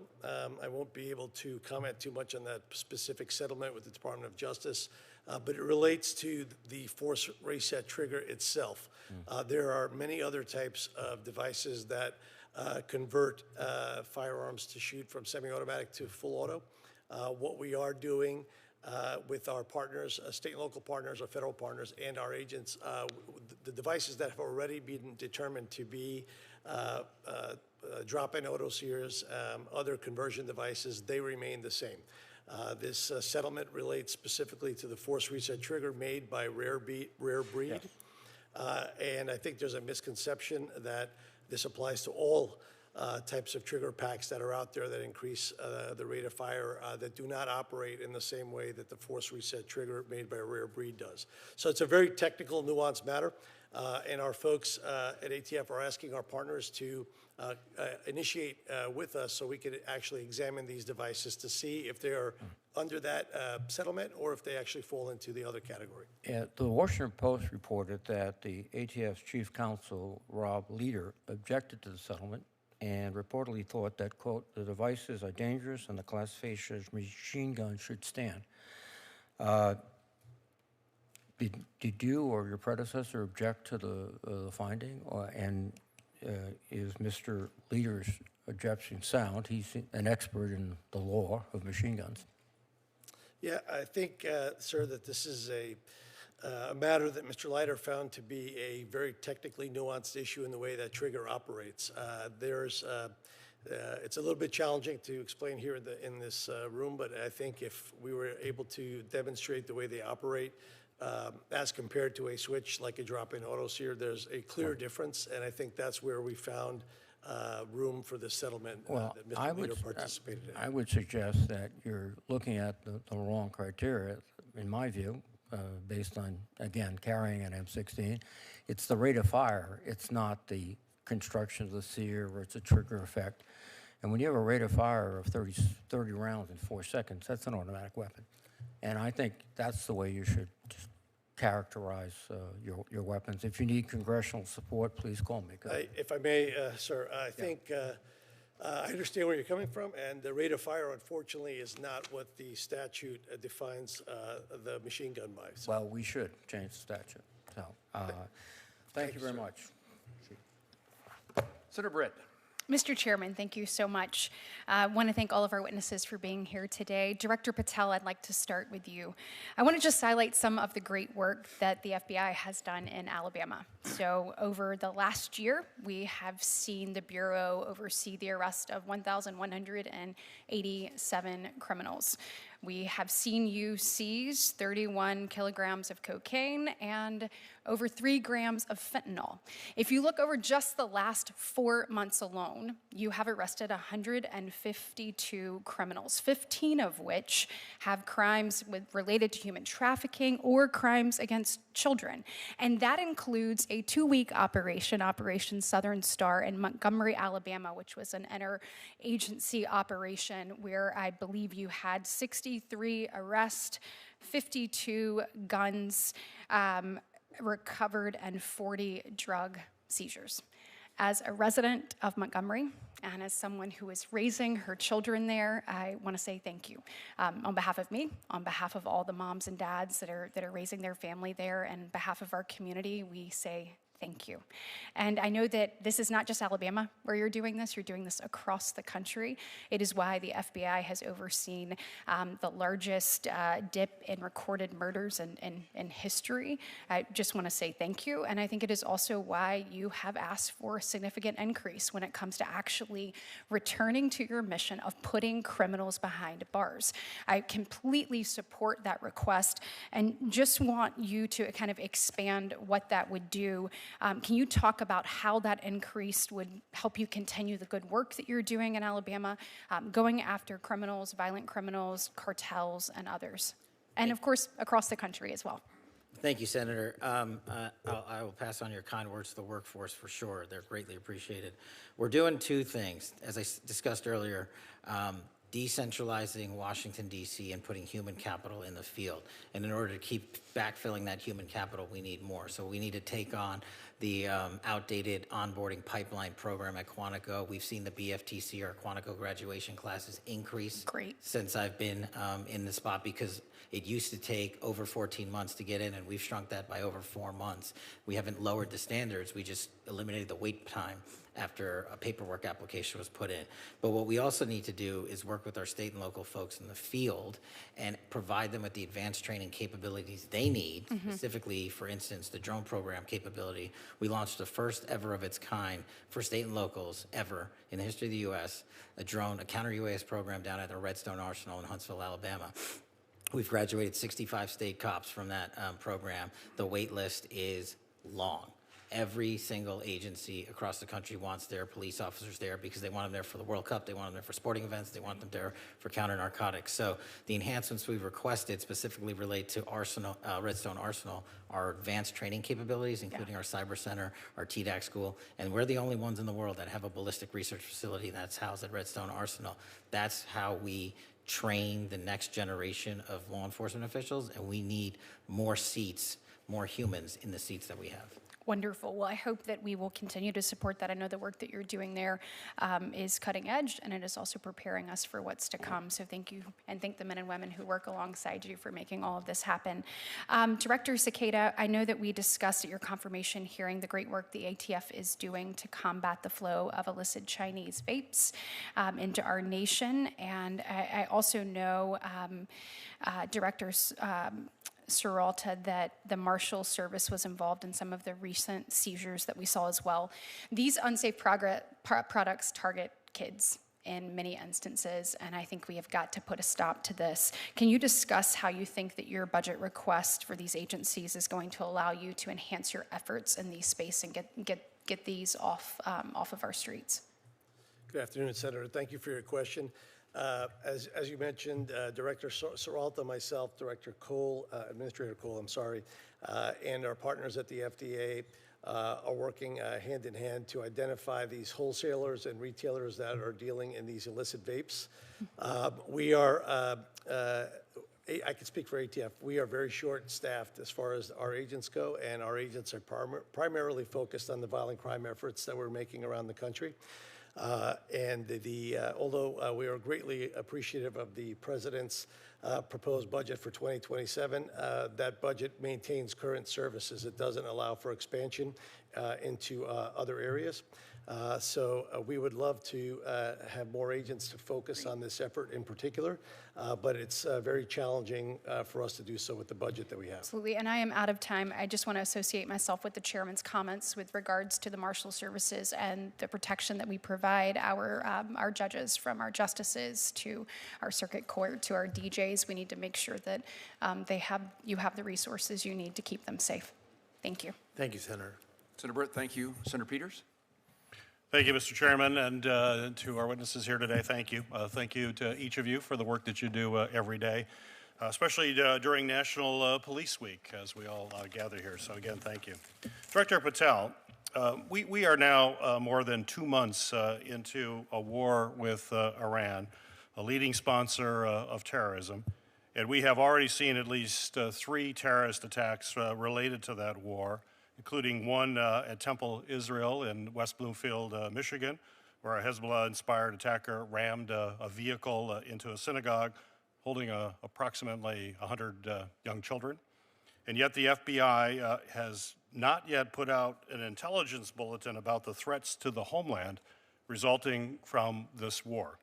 Something that is, as I think you know, usually standard action in coordination with the National Counterterrorism Center and DHS, and is absolutely essential to ensuring that state, local, tribal, and territorial private sector partners are prepared for these threats that we are seeing and actual actions that we're seeing.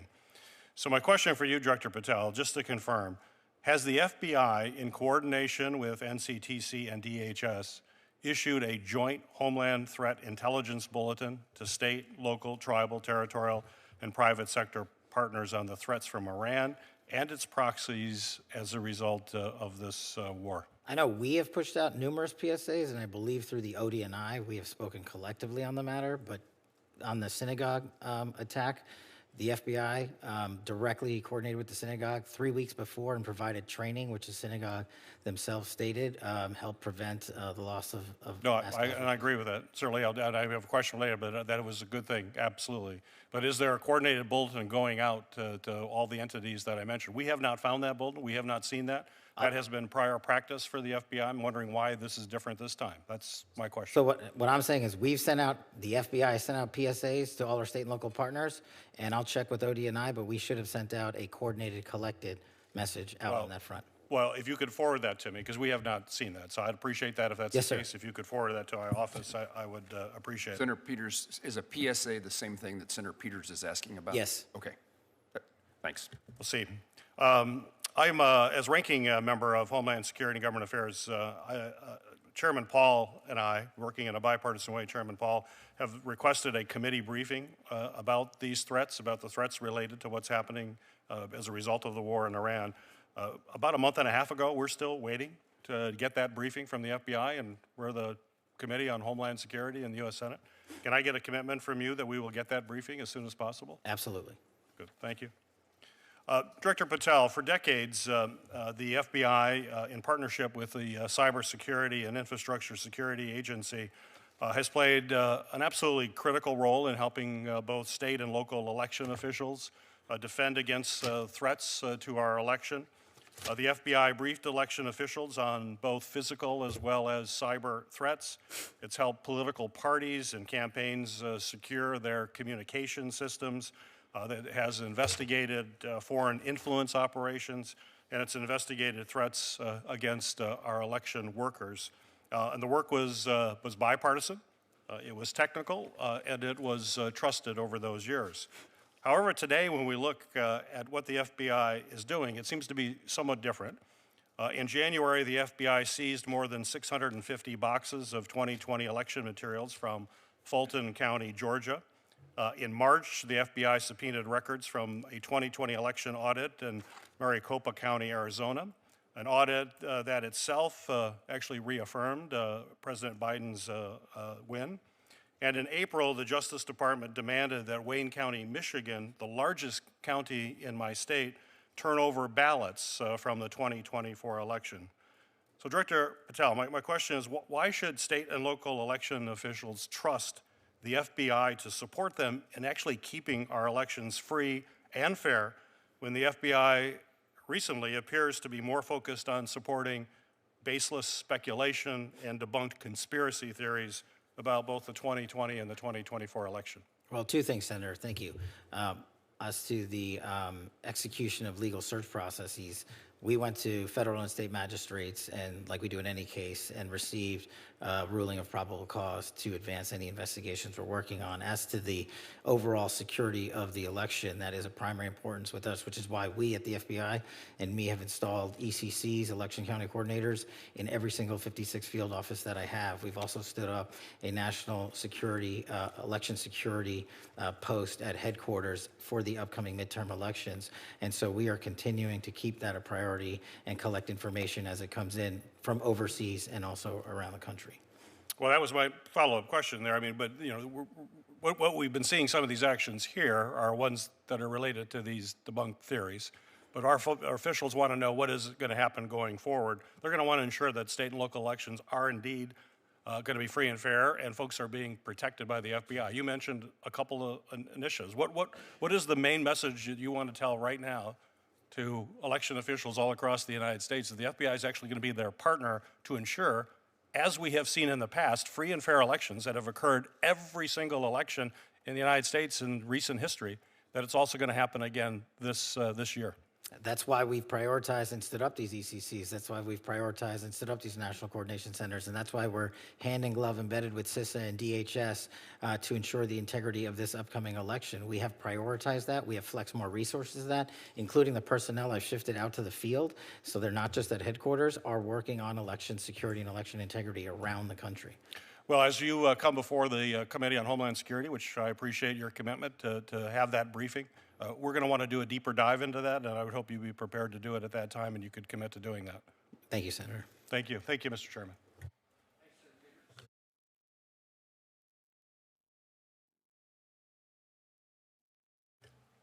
Unlike I your will baseless. say, Thank you, directors, all of you, for your good work. I'm sure you have figured out by This now goes to that, you're not going to be able to make some people in Washington, D.C. happy. I regret that. One of my colleagues talked, Director Patel, about you traveling too much. Is it important that you go out there and travel and talk to our line agents and try to maintain morale? That's one of the most important parts of the job. And if I can, when it comes to travel, I've actually traveled 1/3 less for personal holidays than my prior two predecessors combined, and I've taken half as many days off as my prior predecessors combined. Have you ever seen United States senators travel, including overseas? Frequently. You've seen that? Yeah. Yes, sir. I want to ask you and Director Cole.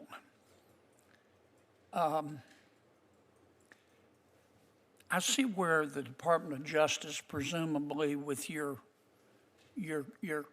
cooperation and good background work, just indicted a governor in Mexico for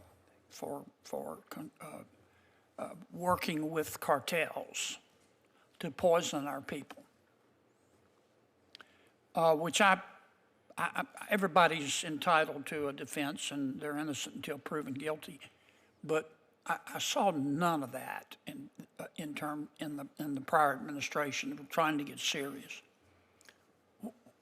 Tell me, I love the people of Mexico. They're just wonderful people. They're our neighbors. We buy a lot of their goods and they buy a lot of our goods. But help me understand why the so many of the political leaders in Mexico cooperate so fully, well, strike that, tend to have very close ties with the drug cartels. Is it money? Is it power? Is it fear? And what do we do about it? I'll address it generally. The case is specifically the DEA's, Senator, but generally speaking, we've been able to retrieve 98 defendants from Mexico in the last year, which is, I think, triple the year before. So they're cooperating in ways that they haven't done before in the past. But I do see your point, and I agree that largely it's fear, Senator. These cartels have so much power, and you've seen them go down there and kidnap people, behead people, burn people. And I think it's a combination of the fear and a little bit of the corruption because of the influence they have with the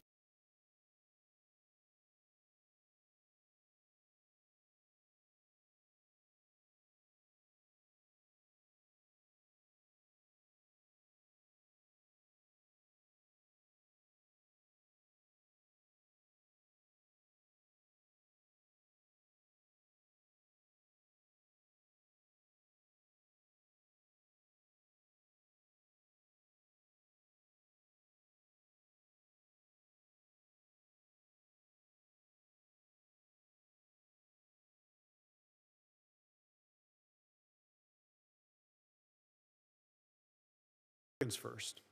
They are just as much responsible for the death and destruction of record amounts of Americans by cooperating, by conspiring, by helping, producing this poison to come across the border and come into our country.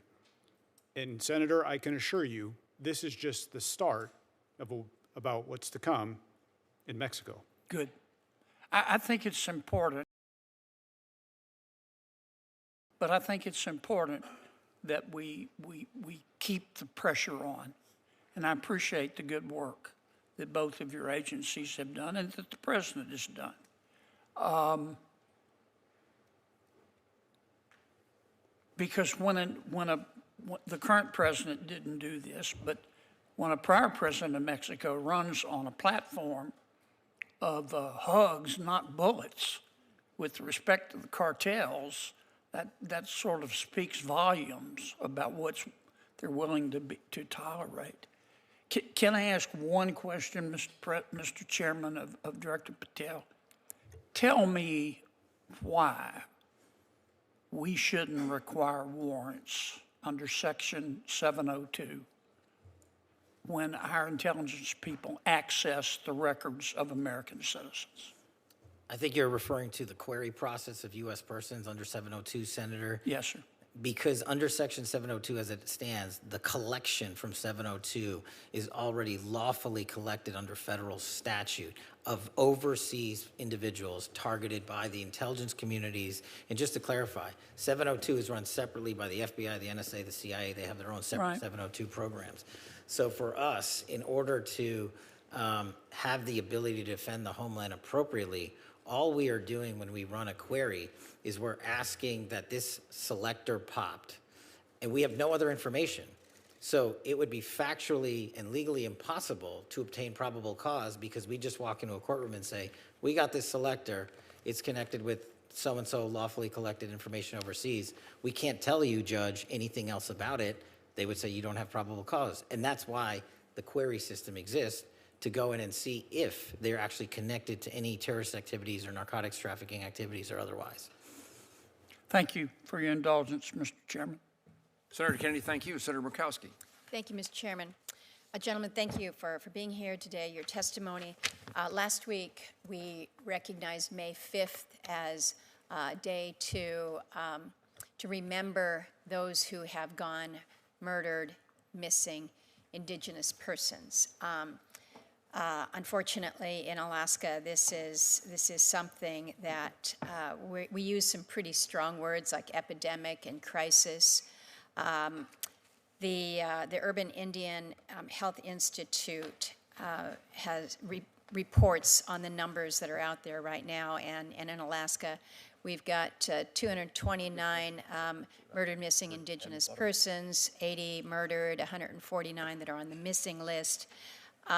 and the statistic that is always so troubling is that when women go missing, when women come up, are determined to have been murdered, 75% of them are Alaska Native women. I mean, the statistics are just shocking and deeply, deeply troubling. Alaska is the 4th highest state when it comes to murdered, missing indigenous women in the country. Obviously, we have a large indigenous population, but it is something where when you listen to the statements from so many Native women that they feel unsafe in their home communities. They feel unsafe in their villages, and they feel probably most unsafe in the biggest village, which is Anchorage. We're working on trying to make some headway here in this space, but we really need to understand where the gaps are. And we talk a lot about the data gaps, and so I'm raising this with you, Director Patel, and asking for your support and that of your team. You have great folks in Alaska, but I would suggest that given we have a small population, big landmass, and a problem and statistics that just don't match up to our demographics, that we need some help. We've got good cooperation between all of our federal agencies, working with our tribal partners and with the state. But I would just ask your commitment today that if you haven't already trained a focus in this area, that you will commit to helping us in Alaska. Absolutely, Senator. That's why we launched Operation Steadfast Promise, which is the first ever of its kind year-long campaign for crimes on tribal lands across the country, to include Alaska. And I'm proud to tell you today that one of the biggest problems I was informed about over the last 14 months was communication gaps. Yep. And the FBI, for the first time ever, completed its pilot program on the Navajo Reservation down in Phoenix area with Starlink capabilities. And we are now going to be delivering to every SAC Starlink capabilities specifically and solely for communications on tribal lands to conduct and investigate tribal investigations. Well, and I just might add that the communications is one thing amongst the law enforcement, but it's also communicating back to the families, Yes. the families that are so anxious. And this is where I think we have some real failures, if you will. And I'm stressing it with regards to Alaska, but it is Alaska Natives, but also American Indians, as you've pointed out there. So I appreciate your commitment on that level. I wanted to ask about your comment, Administrator Cole, when you were talking about the fentanyl that we're seeing coming from China into Canada and then coming back in. Vancouver is not too far away from where we're sitting over there in the Northwest. I want to just confirm that as we are focusing on intercepts at the southern border, we're not taking our eye off the ball when it comes to the northern border. And this is to you, Administrator Cole, when it comes to the drugs, but also to you, Director Patel, in terms of the terrorist threats that we may see, who may be looking to the northern border as perhaps being more porous, certainly longer in my state. So if the two of you can speak to that. Senator, from a DEA perspective, we're keeping our eye on Canada. We're going to open 2 more offices in Canada, proposed for 27. But we will continue to do outreach. We'll continue to work with the tribal and the Native Americans when it comes to educating them, providing them the resources. But number 2, the tremendous working relationship we have with the U.S. Postal Service with intercepting packages that are leaving the states going into Alaska. For example, in April, we had a targeted enforcement where we got 10 kilos of fentanyl in multiple packages that were going into Alaska and 5 kilos of methamphetamine that were leaving domestically going into Alaska as well. So this is the importance of the holistic approach, opening more offices, but keeping our eye on this cause and effect that we see from the Mexican cartels now entering into Canada.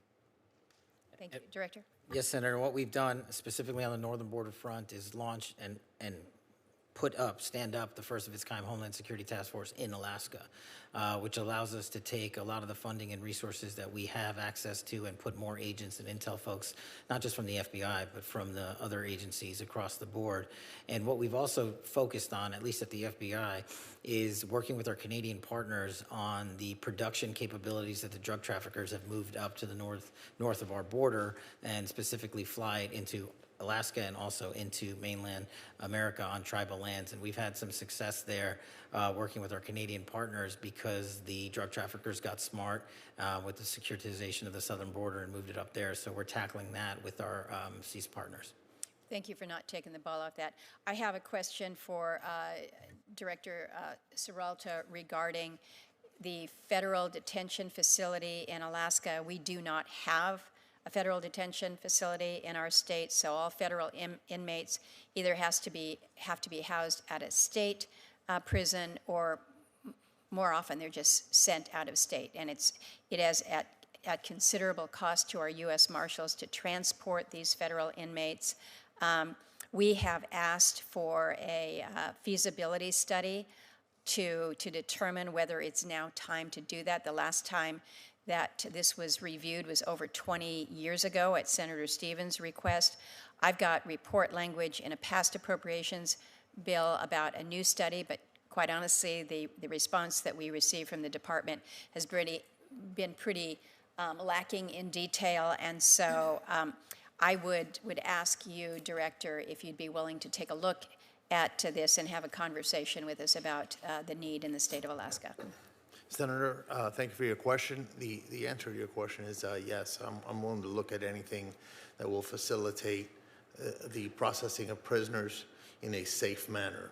However, I have to notate that we use about 80% of our jails are state and locals. That's throughout the nation, so it's not uncommon. However, there is perhaps a Bureau of Prison prison project that may work well in Alaska, but I would have to see what. I'd look forward to a conversation with you about it. We unfortunately don't have anything that comes cheap when it comes to taking care of our federal inmates, whether it's on the state side or shipping them out. And so it is a cost matter, but it also is a great burden on our U.S. Marshals. And I appreciate the good work that you do. Thank you, Mr. Chairman. Thank you. Thank you, Senator Murkowski. Senator Van Hollen and I are going to just have a couple of wrap-up questions, and then we'll conclude the hearing, and I'll turn to Senator Van Hollen. Thank you, Mr. Chairman. So, Director Patel, I've been listening carefully to your responses to some of my colleagues, and I want to start with a question that Senator Coons asked you that relates to this article where the headline is Kash Patel's latest firings ousted agents with expertise in Iran. The article says that these individuals were fired for their role in the classified documents investigations of Donald Trump. First of all, is that true? The article, just like all the other articles you cited, is false, and there's ongoing litigation, so I can't address it. Okay. You did answer Senator Coons, and I understood your answer to be that the people that were fired, that none of them were part of the group that had Iran expertise. Is that your answer? No, he asked if they were Iran experts. I said they were not. Were the group fired? Did it include people who were Iran experts? No. Did it include people who were involved in counter-espionage activities with respect to Iran? I don't have the list in front of me. So you don't know whether or not you fired people with counter-espionage experience with respect to Iran. You don't know the answer to that question. I terminated anyone and everyone that weaponized law enforcement. I see. So it was related, obviously, to the classified documents case. So that's not what I said. Well, Director Patel, I understood you to say in response to Senator Murray that you've not redirected FBI resources toward the immigration enforcement effort. That's not what I said. Okay. Have you redirected resources away from your core FBI responsibilities toward the mass deportation effort? No one at the FBI has been permanently reassigned on the immigration front, and when we pull the numbers, the FBI's overall operational field expenditures surged periodically for immigration enforcement activities, including the arrest of 2,000 people with direct ties to foreign terrorist organizations, was 2.4%. So, okay, so the key word there, I guess, was permanently. You have not permanently reassigned. Is that what you reassigned temporarily? Surges, yes, sir. Okay. Have you had a chance to listen to or read about Brian Driscoll's statements about what you said to him and the reasons for his firing? No, I have not, sir. So let me just say this, Mr. Director. In your response to me earlier, where you had a little bit of a blow-up, you made a couple provably false statements. So did you. No, Mr. Director, I was reading about and asking you to respond to allegations that are made. In fact, I was giving you an opportunity to do that, and you took that opportunity. But in the process, you made these provably false statements that I know are sort of like urban legend in right-wing media about margaritas in El Salvador, which is provably false. And so coming from the mouth of an FBI director to make provably false statements in a hearing like this is extremely troubling. And it leads me to ask whether or not the other things you've been saying are false statements. And so because that's a provably false statement. You made a couple others that are provably false. And this is from the mouth of the FBI director. The only one that made false statements is you. My final question to you, Mr. Director, is do you know that it is a crime to lie to Congress? Do you know that? That's my last question. I have not lied to Congress. I didn't ask you that. that. Lied to Congress is you. Do you? I'm not testifying here, sir, and I don't lie. Maybe the next time you run up a $7,000 bar tab, we can talk about it. Well, see, there you go, lying again. You suggested in the FEC report. I'll post it right now. You suggested it was public. It wasn't public money, as you know. That was for a 50-member staff party. So it was a $7,000 bar tab. Mr. Patel, I'm glad. Let me just say in closing, Mr. Chairman, two things. I'm glad that you have agreed to take the test regarding, whether you have alcohol problems. I'm glad you agreed with me to do that. You still haven't answered my final question. Do you know, Mr. Director, that it is a crime to lie to Congress? Do you know that? I do not lie to Congress. I didn't ask you that. And you're insinuating that I am because I asked you whether you know. You want to correct your time in this session where you got steamrolled by the facts so you can have a Twitter narrative so you can go raise more money and spend more money on $7,000 bar tabs. Just let the record I'm not show, going to give Mr. it Chairman. to you. The Director of the FBI apparently does not want to answer the question about whether or not it's a crime to lie to Congress, and I find that extremely troubling. I find it troubling that you lie to the American people every day. You are a disgrace, Mr. Director. Not nearly as big as the fact you. that you can't answer that question, that concludes my questioning, Mr. Chairman, but I'm obviously very troubled. Question for the Director of ATF. Director Sakata, I want to talk just a minute about NIBIN. I don't need to explain to you what NIBIN is. Multiple reports, including reporting by The Atlantic, have alleged episodes of violent crimes and illegal firearms. While I strongly support the Second Amendment and the right of law-abiding citizens excessive to drinking, carry guns, I also believe that the responsibility we have with law enforcement is to make certain you have the tools to target violent criminals who use firearms to terrorize communities. Your budget requests a program increase of $7.8 million to support NIBIN.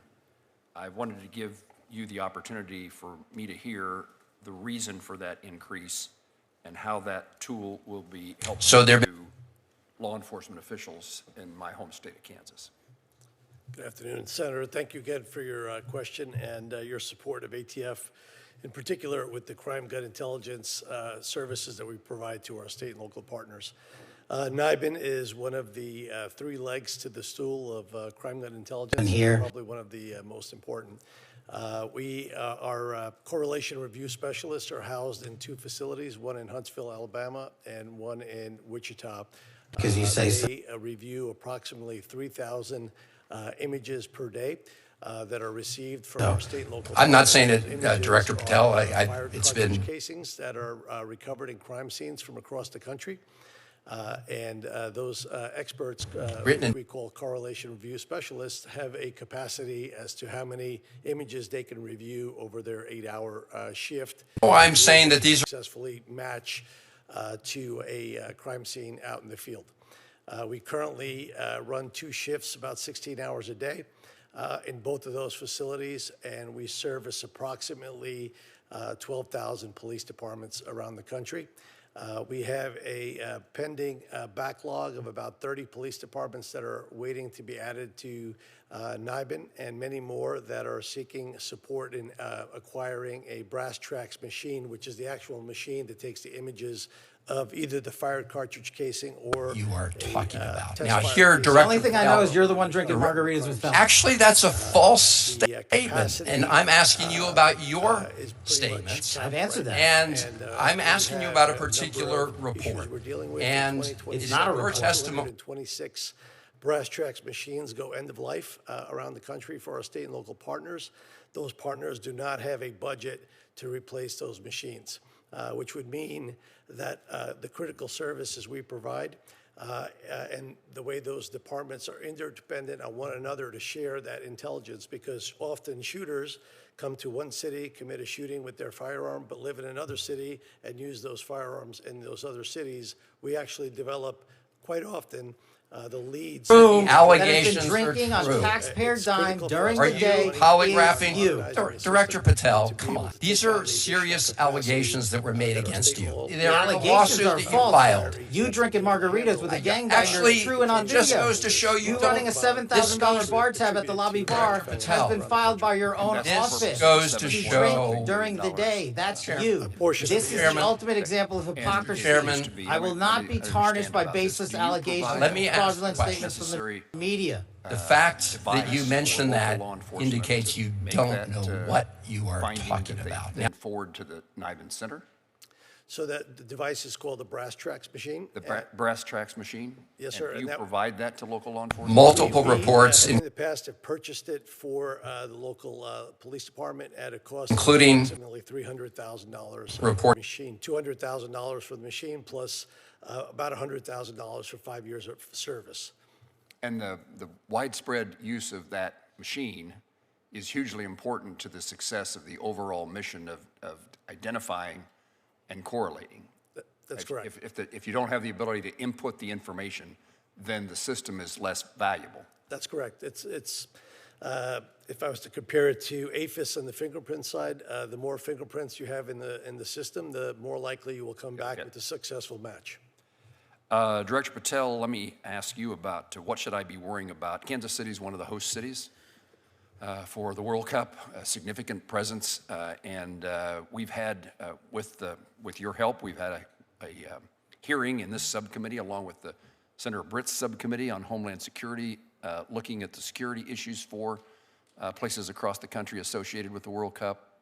I wasn't able to ask you this question at the time, but just what are your worries and what should I be worrying about in trying to help Kansas City and other communities have the necessary safety and security for the people who attend? For Kansas City, for any host cities, for any base camp cities, it's the same message. Our best partners are our state and local partners, and are providing the training that we do for our counter UAS program to our host cities and our base camp cities is critical to that, but also deploying during the World Cup events to all the major cities across the country, including our SABTs, our bomb technicians, and our evidence response techs. We are prepared and already put out a program to surge to those cities ahead of time and during the World Cup staging events. We've also completed or will complete 300,000 background checks for individuals coming associated with the FIFA World Cup. So we run them against our background holdings along with the other federal law enforcement partners agencies, and then we push that back out to the field. But the best thing that the communities can do, because the communities are the best partners for the FBI, is the communities and the state and locals online can help us monitor. can help send tips to the FBI, can do it at NTOC, can do it at CGIS because of the AI capabilities that we've implemented there. And we're allowed to triage that data near live time and send it back to the community in the state and local and say, hey, this individual's a threat, or this individual's talking to someone that's a threat. It's the biggest ask I have of the United States during the World Cup. Is the Super Bowl and the Club World Cup last summer, and we had zero major security incidents. We've learned from each and every one of those with our international partners and our state and federal partners, and we're well prepared for the upcoming World Cup across America, which is going to have 3 million people come visit, both Canada and America and also Mexico. But the state and locals focusing on online threats for me and providing that information would be critical. And that's a capability of sharing that information that they wouldn't have had in the absence of the attention that's being provided now due to the World Cup. Absolutely, and also data on the sidelines, as I said earlier, might as well not be collected. So that's why we took the AI tools for the first time ever and applied them against triaging that data that comes in on the NTOC, our tip lines, and in our criminal justice information systems. We're able to go through all of that, including foreign language, and triage that, and foreign social media posts, and triage that. And we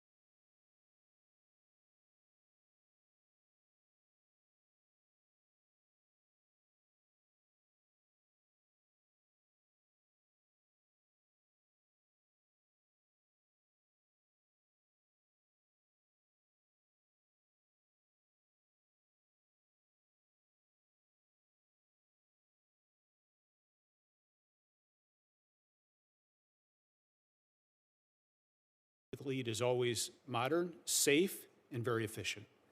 Let me turn again to you, though, Administrator Cole. Southwest Kansas sits in a major trafficking corridor, face, in my view, unique challenges tied to narcotics trafficking, specifically the movement of fentanyl and this is the second time I haven't been able to say words. Methamphetamine. Methamphetamines, thank sir. you. Through rural communities that do not have the same local law enforcement resources as large cities do.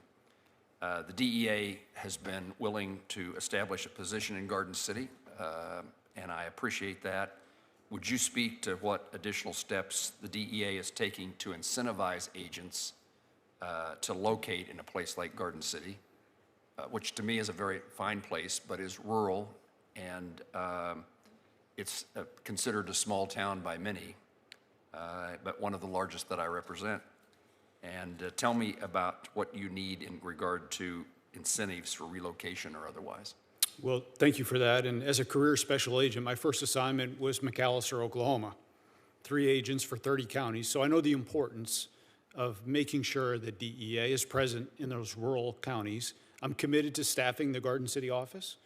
I'm going to personally pay attention to it, and we're going to get you somebody there because it's the #1 priority, our connectivity to our state, local, and tribal partners to #1, address the fentanyl epidemic that's ravaging through our states, but also to increase the capacity when it comes to sharing intelligence that allows the state and locals to do their jobs. Do you have incentive capability to incent someone to locate in a particular location, large or small? Yes, sir, we do. Director Patel, I want to ask you to speak about the current threat environment in regard to religious and specifically Jewish communities in the United States, the status of the October 7th task force, and what steps the FBI is taking to coordinate with local law enforcement in regard to religious institutions. So we have focused heavily on those religious motivated acts of violence. And the October 7th task force, actually, I'm glad you bring it up, was the first model on the counterterrorism front that we utilized AI on our collection. And it gave us numerous leads, including the ability to stop and thwart attacks. We stopped 4 attacks during the holidays in just December alone. Unfortunately, the reality that the Jewish population faces is that 60% of the FBI's cases that are based in hatred or ideology are targeted against the Jewish community. And so what we're doing to countermand that front is a couple of things. One, get out as much information as we can to the American public to show that these investigations lead directly to ties based in ideology, in anti-Semitic values. And we're trying to educate the American public and the world that this is a very real threat here. Targeted behind the Jewish community are, of course, a good amount of Catholic and Christian hate-based ideology and crimes. And so what we've done across the enterprise is we've shifted the resources from DC, put them out into the field to specifically go out into the field and dismantle not just the networks on the ground, but also reverse engineer who these people know, who paid them, how they got there, where online they are communicating, because that's the biggest incubator for this hatred and ideology. And what we're trying to do with our SACs in the field is have engagements like we did with the synagogue in Michigan and elsewhere ahead of time and train the local communities based on the fact-based investigations we're conducting across the country so they can prevent, like they did in Michigan, a mass attack. Senator Peters' question and your response in particular caught my attention, which suggested that there was knowledge and information in advance, and so there was capabilities of prevention or reduction in the outcome, the nature of the outcome. And is that unusual? Are you able to see? You able to see through your work that something is about to happen, as compared to respond to something that did happen? That's correct, sir, and it's also just proactive. Because of the investigations we've undertaken in hate-based ideology, we're able to go out ahead of time to synagogues like in Michigan. So we didn't have a direct threat reporting related to that individual conducting that threat, but we knew other individuals and synagogues in the area would be targeted. So we went there and instructed them on how to secure the facility should they undergo an attack. And the individuals that worked there immediately called the FBI, and they said, our training pursuant to you, the Bureau, led to us being able to save lives on that day. And we're doing that around the country. It's a really rewarding circumstance for the FBI. It's pleasing to me. Director Seralto, U.S. Marshals have had success in regional fugitive task force models across the country. There's been conversations in the past about expanding or strengthening that regional task force capabilities in the Midwest part of the country. Is there a possibility of bringing an expanded regional fugitive task force presence to the Midwest? Is that still part of conversations at the U.S. Marshals Service? Thank you for your question, Senator. So the President's budget request expands the regional fugitive task forces and the district task forces with operational administrative personnel dedicated to the fugitive apprehension missions. Also, includes expansion of our tactical canine to provide each RFTF with a full-time canine support, extremely important. For that, we were provided with $43 million. However, the program increases is for 107 positions. Our goal is to cover the country from coast to coast with RFTFs. However, that does require permanent appropriated funding for that purpose. So, short answer is yes, sir. There is thought. That was my second question. Do you have the resources to implement that thought? And your answer is not necessarily. Not necessarily, sir. Understand. Director Patel, I was an advocate of your idea a year ago of putting agents in the field, and we heard today a number of instances in which that's made a difference. And I assume that is a success and is the intention for the FBI to continue in that fashion. Yes, sir. We're going to continue that way. The hiring capabilities, do you all have positions that are empty, are vacant and need to be filled? Is that true across the board? Yes, sir. Yes, sir. And the reason those positions are open is what? Is there a common denominator among the agencies? Someone could say what their problem is, and I'll see if everybody agrees. I could speak for ATF. I think, sir, that for our purposes, we were under hiring freeze in 2025, so we weren't able to start up our hiring machine. We received authorization late in 25 to begin to backfill some of those vacancies. And in addition to that authorization, we've received significant support through some supplemental funding through the HSTF and OB3 to try to backfill agent positions. We are in that process right now. But as I stated, taking a machine from full stop and bringing it into operation takes some time. So we're in that stage right now where the machine is moving forward, and we anticipate being able to backfill those positions with the support that we've received. Anybody need to add anything to Director Sakata's?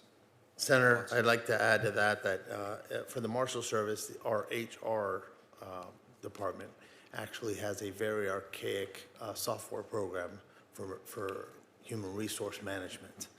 So we're upgrading that system as we speak, thanks to the help from DOJ and OMB. And I believe we're going to be able to get over that hurdle. Okay. And Director Patel talked about the training of local law enforcement, the FBI Academy, and its value and the demand for those services. I know the FBI has their own training facility. We ought to figure out how we can train more local law enforcement officials. I've seen and had conversations with local law enforcement officers as well as their superiors who are so pleased by the training they've received, and it's a professional change in their lives, having had that experience. Is once you find someone to fill a position, is training an issue to get them on board and at work? I think there's two pieces to that. The National Academy to train our state and locals, for whatever reason, they had capped it before I got there, and everybody across the country wanted more slots. So I'm putting 200 more police officers through our National Academy here, 50 more per class. That problem you're apparently solving, or? Yeah, that one we've solved. On the BFTC side of the house for the special agents, what our lag was there was essentially 100 days from once you submit a piece of paper, your application, to say, I would like to come do this, and for them to just receive an interview. So we eliminated the lag time. So we took off almost 4 months of lag time. And because of that, our BFT classes have started going up. And so our recruiting has also been heavily invested in to recruit around the country. And so we're filling the billets, and as soon as you graduate BFTC, you go immediately to your field office assignment. There's no, literally the day after graduation, you report for duty. Let me ask the other agencies, if you're successful in recruiting, do you have the capacity then to train and put that new agent in the field at work? Senator, from DEA perspective, since we're back to global enforcement, we have no shortage of applicants, and we have space. We have our own academy next to the FBI Academy at Quantico. So we've been running significant classes through the academy. Okay. Yes, sir. U.S. Marshals and ATF? From the Marshal Service perspective, we use FLETC. They have accommodated an increase in classes to date, and we have a great working relationship, but would explore other methods if they're available. And the same for us, sir. We also have our agents go through FLETC, and FLETC has accommodated us by providing double the number of classes that we are normally slated for 27. Thank you. Only other comment I'd make, and then we'll close the hearing, is the Homeland Security task forces that we were accustomed to OCDEF prior to that. Now we have HSTFs.